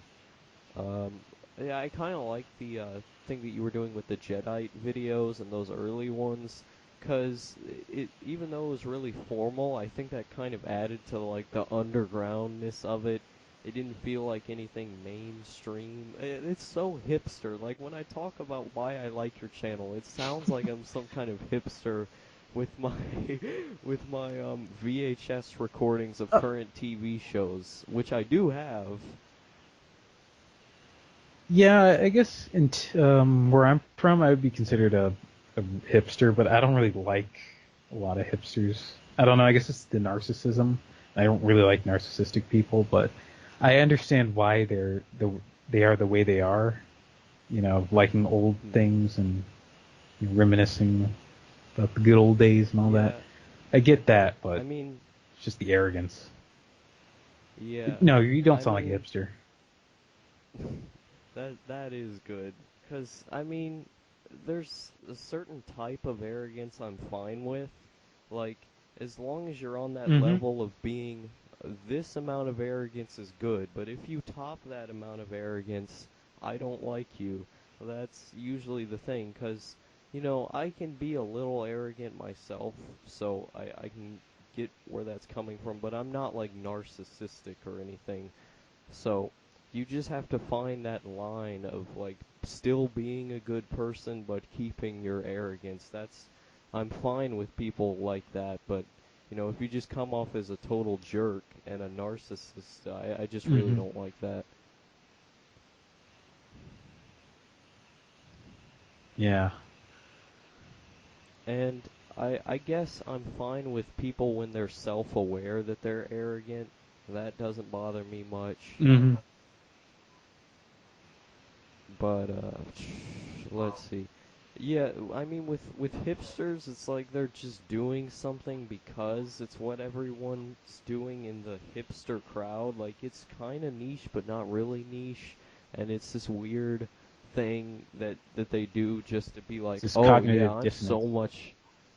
Yeah, cognitive Mm-hmm. dissonance. Um, Actually, I know what that word means, but I don't know what it means. Explain that word to me. I know what It's basically, ludonarrative dissonance is, but not cognitive dissonance. oh, well, cognitive dissonance is basically just when you have two conflicting ideals in your head, and hipsters kind of have that where they want to be outside the mainstream, but ironically, within their own little circle, they are kind of within the mainstream because they're following each other's, I guess, paths and Yeah, trends and that yeah. kind of thing. So that's That basically it. is a great It's word. conflicting That is a ideals. great word. Thanks.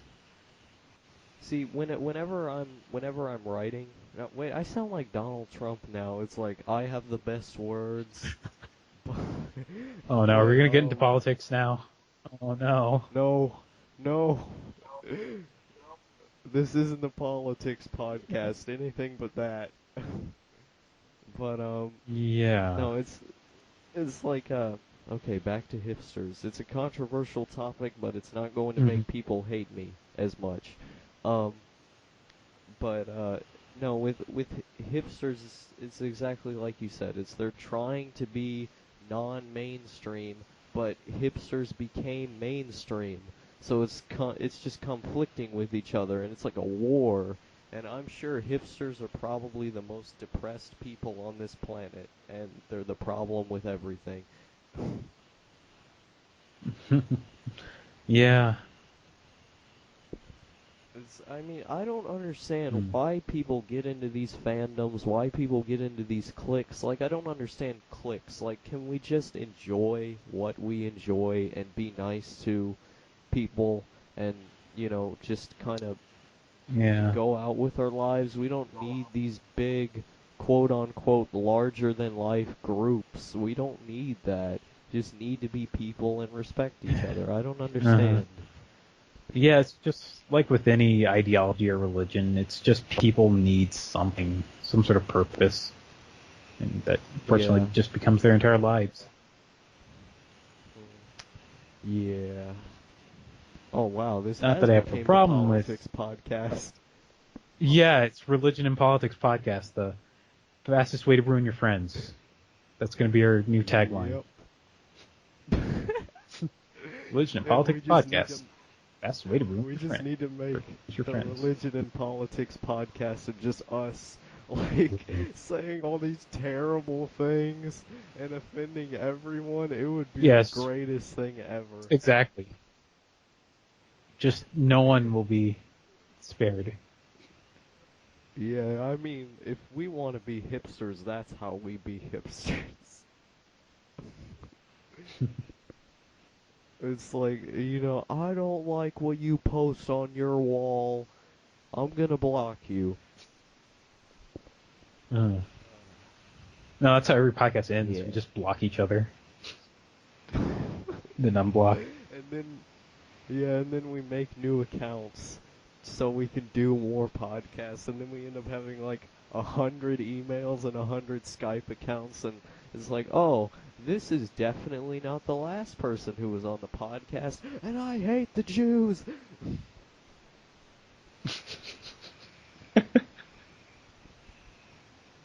Oh, Uh, yeah. that'd be awesome. If I had the time, But I'd yeah, do that, but I don't know. It just seems like so much effort.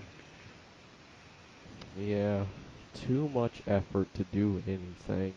But yeah, I mean, like with fandoms, it's normally a thing that teenagers and like people in their 20s go through because they're having a lot of Mm-hmm. people who are teenagers, they're going through like an existential crisis and stuff. They're trying to figure out who they are.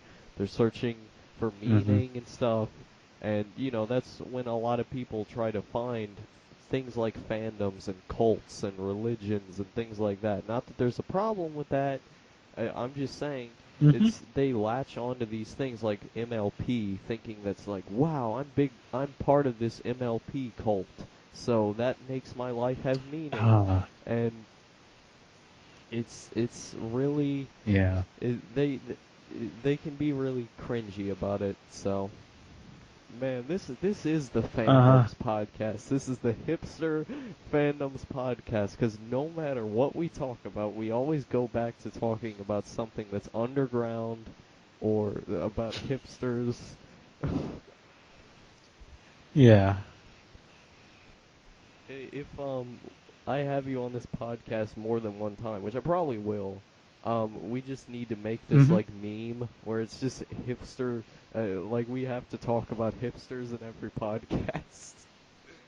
Yeah, I was actually thinking of drawing like an I guess like a poster or like a thumbnail, like the Scott Pilgrim kind of thing, where like we're about to clash or something, we're about to fight. That would be pretty cool. You know how I Just did add that the hipsters. BombasticCast special thing where about anime? It was like different from the regular run or whatever. Mm-hmm. Yeah, Hmm. I think what we need to do is just make like not like a separate series, but like a spin-off, and then just have it be the hipster cast. Just every like 2 months or whatever, it's the hipster cast, and Oh we yeah, we talk could like about find how much. really obscure stuff and just talk about it. Yeah, and it's like, oh yeah, I remember the CDI. Yeah. It's like yes, I do have a can of Pepsi Blue in my fridge. I bought it from India. That's right, just like my Yeah. scarf that I wear when it's 80 degrees out.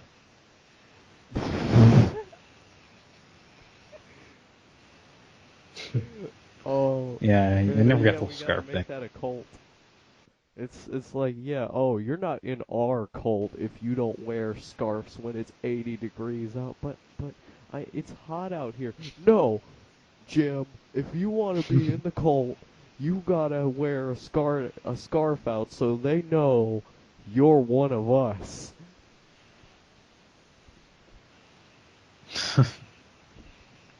I don't even know what I'm doing anymore.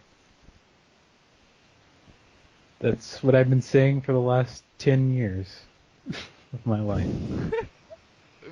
Oh, this just got dark. Yeah.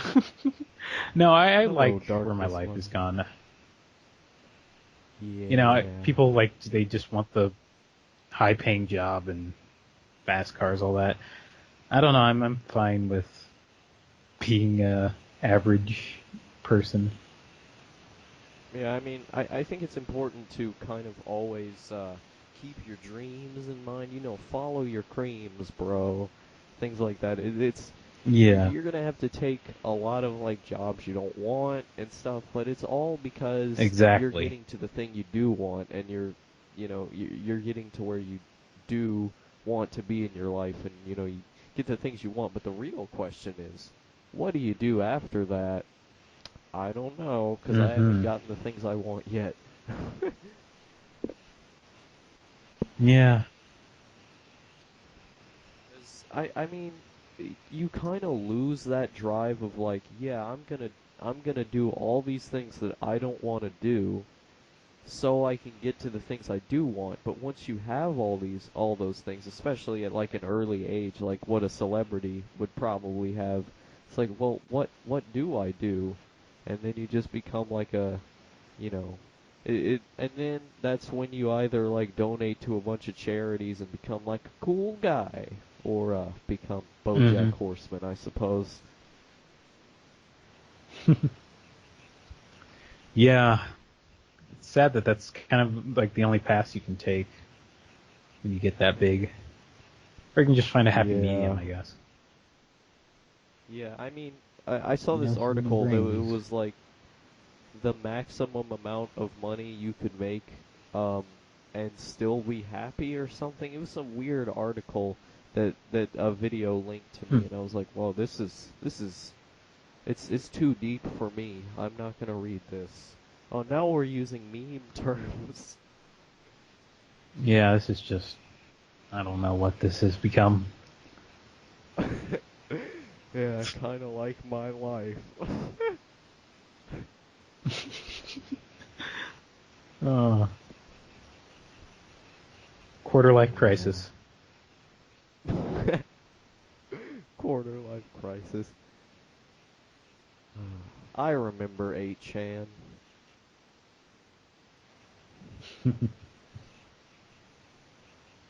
Back in my day, we had 4chan, and we were happy with it. We didn't need the extra Oh. 4. Well, if you go far back, you can go on 2chan. Actually, no, isn't 2chan all in Japanese? I think, yeah, like the original chans were Japanese, and then Yeah, Moot because I'm kind of stepped in. I'm telling you, it's those hikikomori Japanese. What's the racist term for that? Um, let's see. I don't know. I was gonna make a joke, but Ooh. it's all. Oh, don't worry, you it's won't it's get like demonetized. You're not making money off of this, so go ahead, shoot, just go all out. yeah, yeah. I just couldn't remember what the term was. I saw it in a Bugs Bunny cartoon. That's why I know. Like, there's this one. Ooh, I know what it is. I know what it is. And I'm not gonna say it. Okay, maybe I will. Let's edit it out. Um, yeah. NIP. But no, Oh no, that's Nip. it's Yeah, that. Yeah, I just that blurted that was a out like term. freaking like I knew that. Like it was a question in school. It was like, no, it was like Jeopardy. What is nips? There, it had to be in the form of a question. And then I just have to add in the Jeopardy music like dun dun dun dun dun. Dee Zee Dog. It's a three-letter word, and it starts with N. You have 30 seconds. Oh, snag. But I say nips. Oh. It's not even three letters. It's four. That makes it even better. I don't even know what's going on anymore. Yeah, Uh, I remember that. Let's see, I was gonna say mm-hmm. something.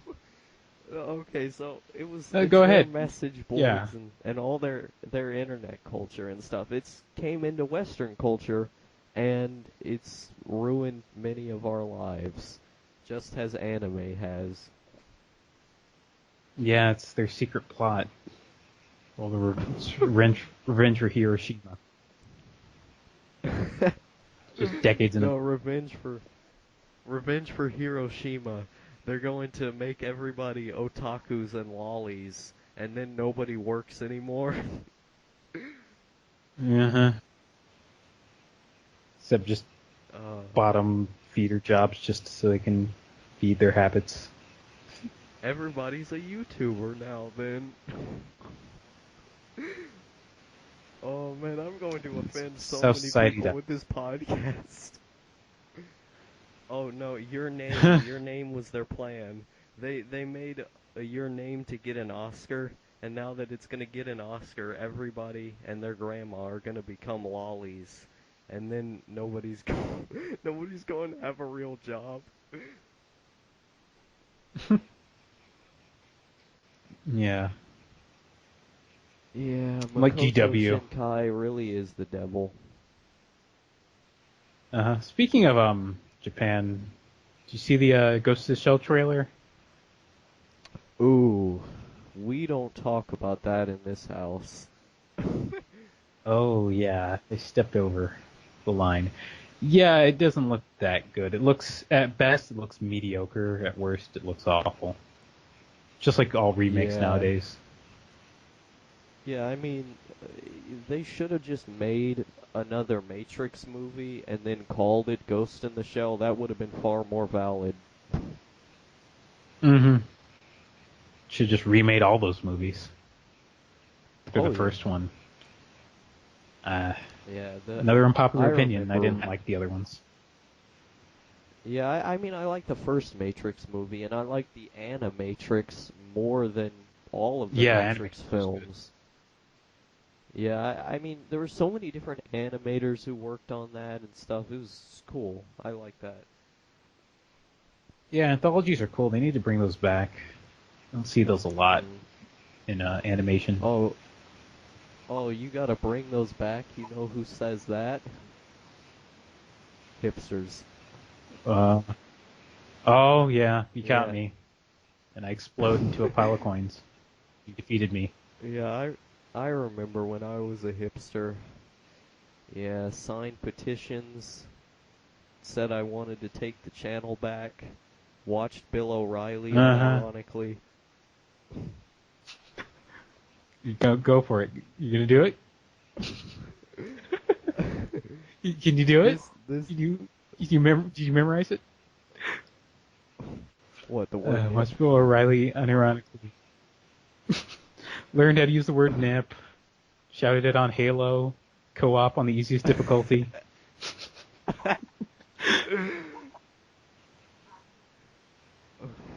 Co-op on the easiest What is life? difficulty. Nihilism. I think we have. Yeah, I think we've reached that point.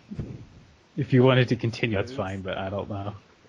We can take yeah. I this. mean, we can end it off on a to be continued. Uh, Oh, perfect. I'm posing right now. yes. You can't see me, but I'm doing a JoJo pose.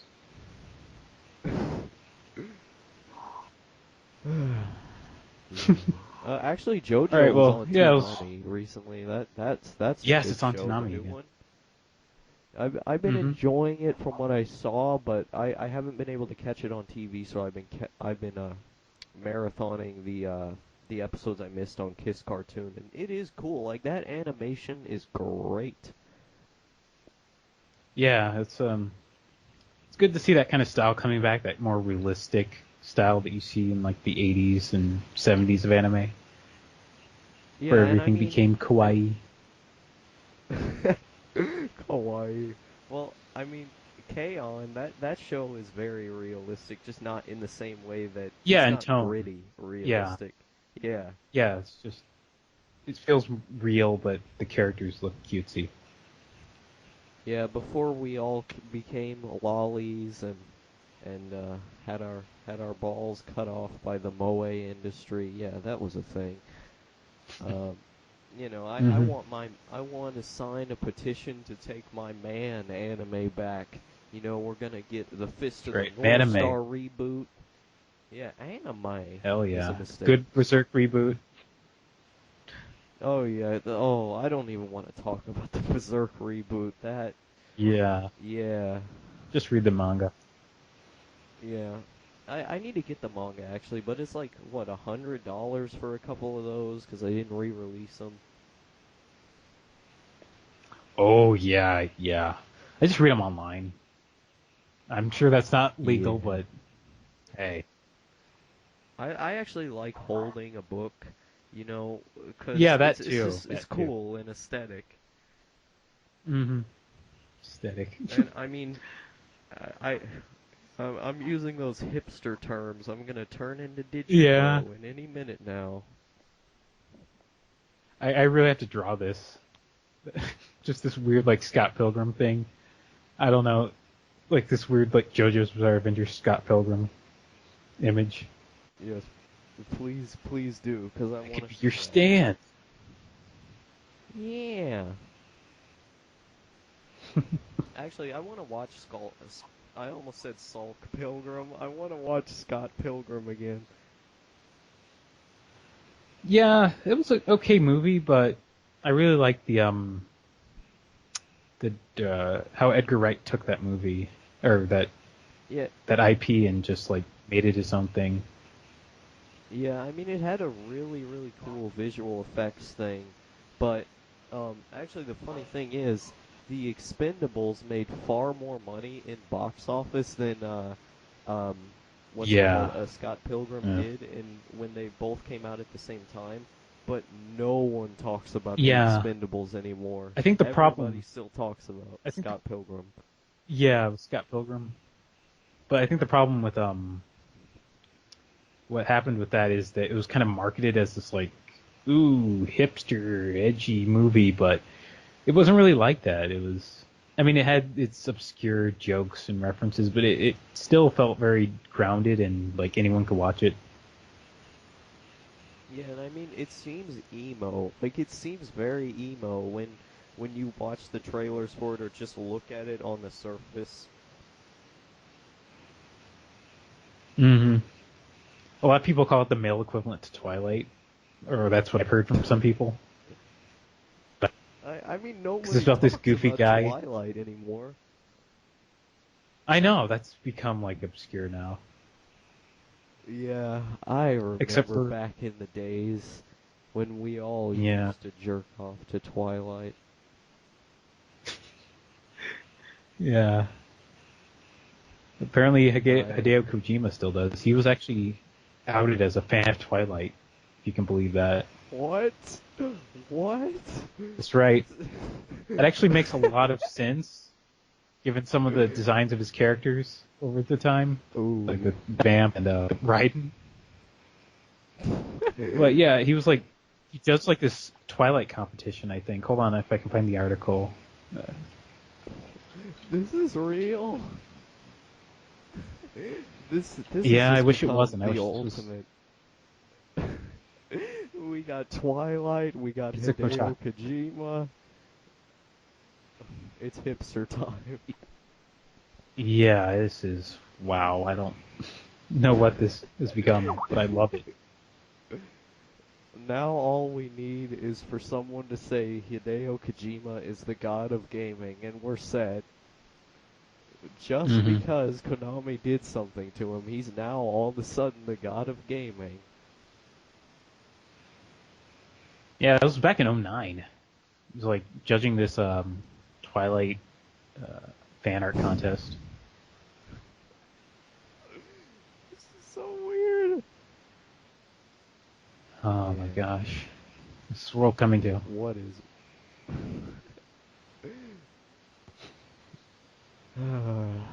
yeah. Hot diggity demon, that was a thing. Hmm. Actually, The funny thing is, what is hot? hmm? Hmm? Oh, I just said hmm. I was just gonna say, I never liked or I didn't. I don't hate My Little Pony. I never really got into it. But those videos that he made were hilarious. I like the designs of the Which one? characters. That's as far as I'll go, I guess. Oh yeah, that hot diggity demon. I was thinking of a different thing. Um, yeah, I Hmm. mean, he puts so much effort into like his animation and stuff, but um, he doesn't really like write good, but the animation is No. so much better than his writing, so people watch it, or at least that's my theory. Yeah, he could go professional if he wanted to. Yeah, that is true. So is this the end of the podcast? I'm afraid it is. All right. Yeah, you have to go to bed, don't you? It's like Yes, I do. it's like 1 minute before 10 over here at least 1 minute before Yes. 10. Or actually, what time is it over there? Uh, it should be 10 where I am. But yeah, it was Oh, nice so talking we're with you, in. man. Oh yeah, Hmm? I didn't know we were both in the same time zone, but yeah, it was. I had a lot of fun. It was great talking to you. This was one of the most weird podcasts I've ever done, but it was amazing. Thanks for being on. Yeah, I have that effect on things. Yeah, I appreciate it. Yeah, I'll put a link to all this weird stuff you sent me in the chat, and I'll put a link to all your stuff in the description, your Twitter, and your DeviantArt and YouTube page. So thanks for coming on, man. I know you got to get to sleep. Yep, gotta go to Dreamland. See you later.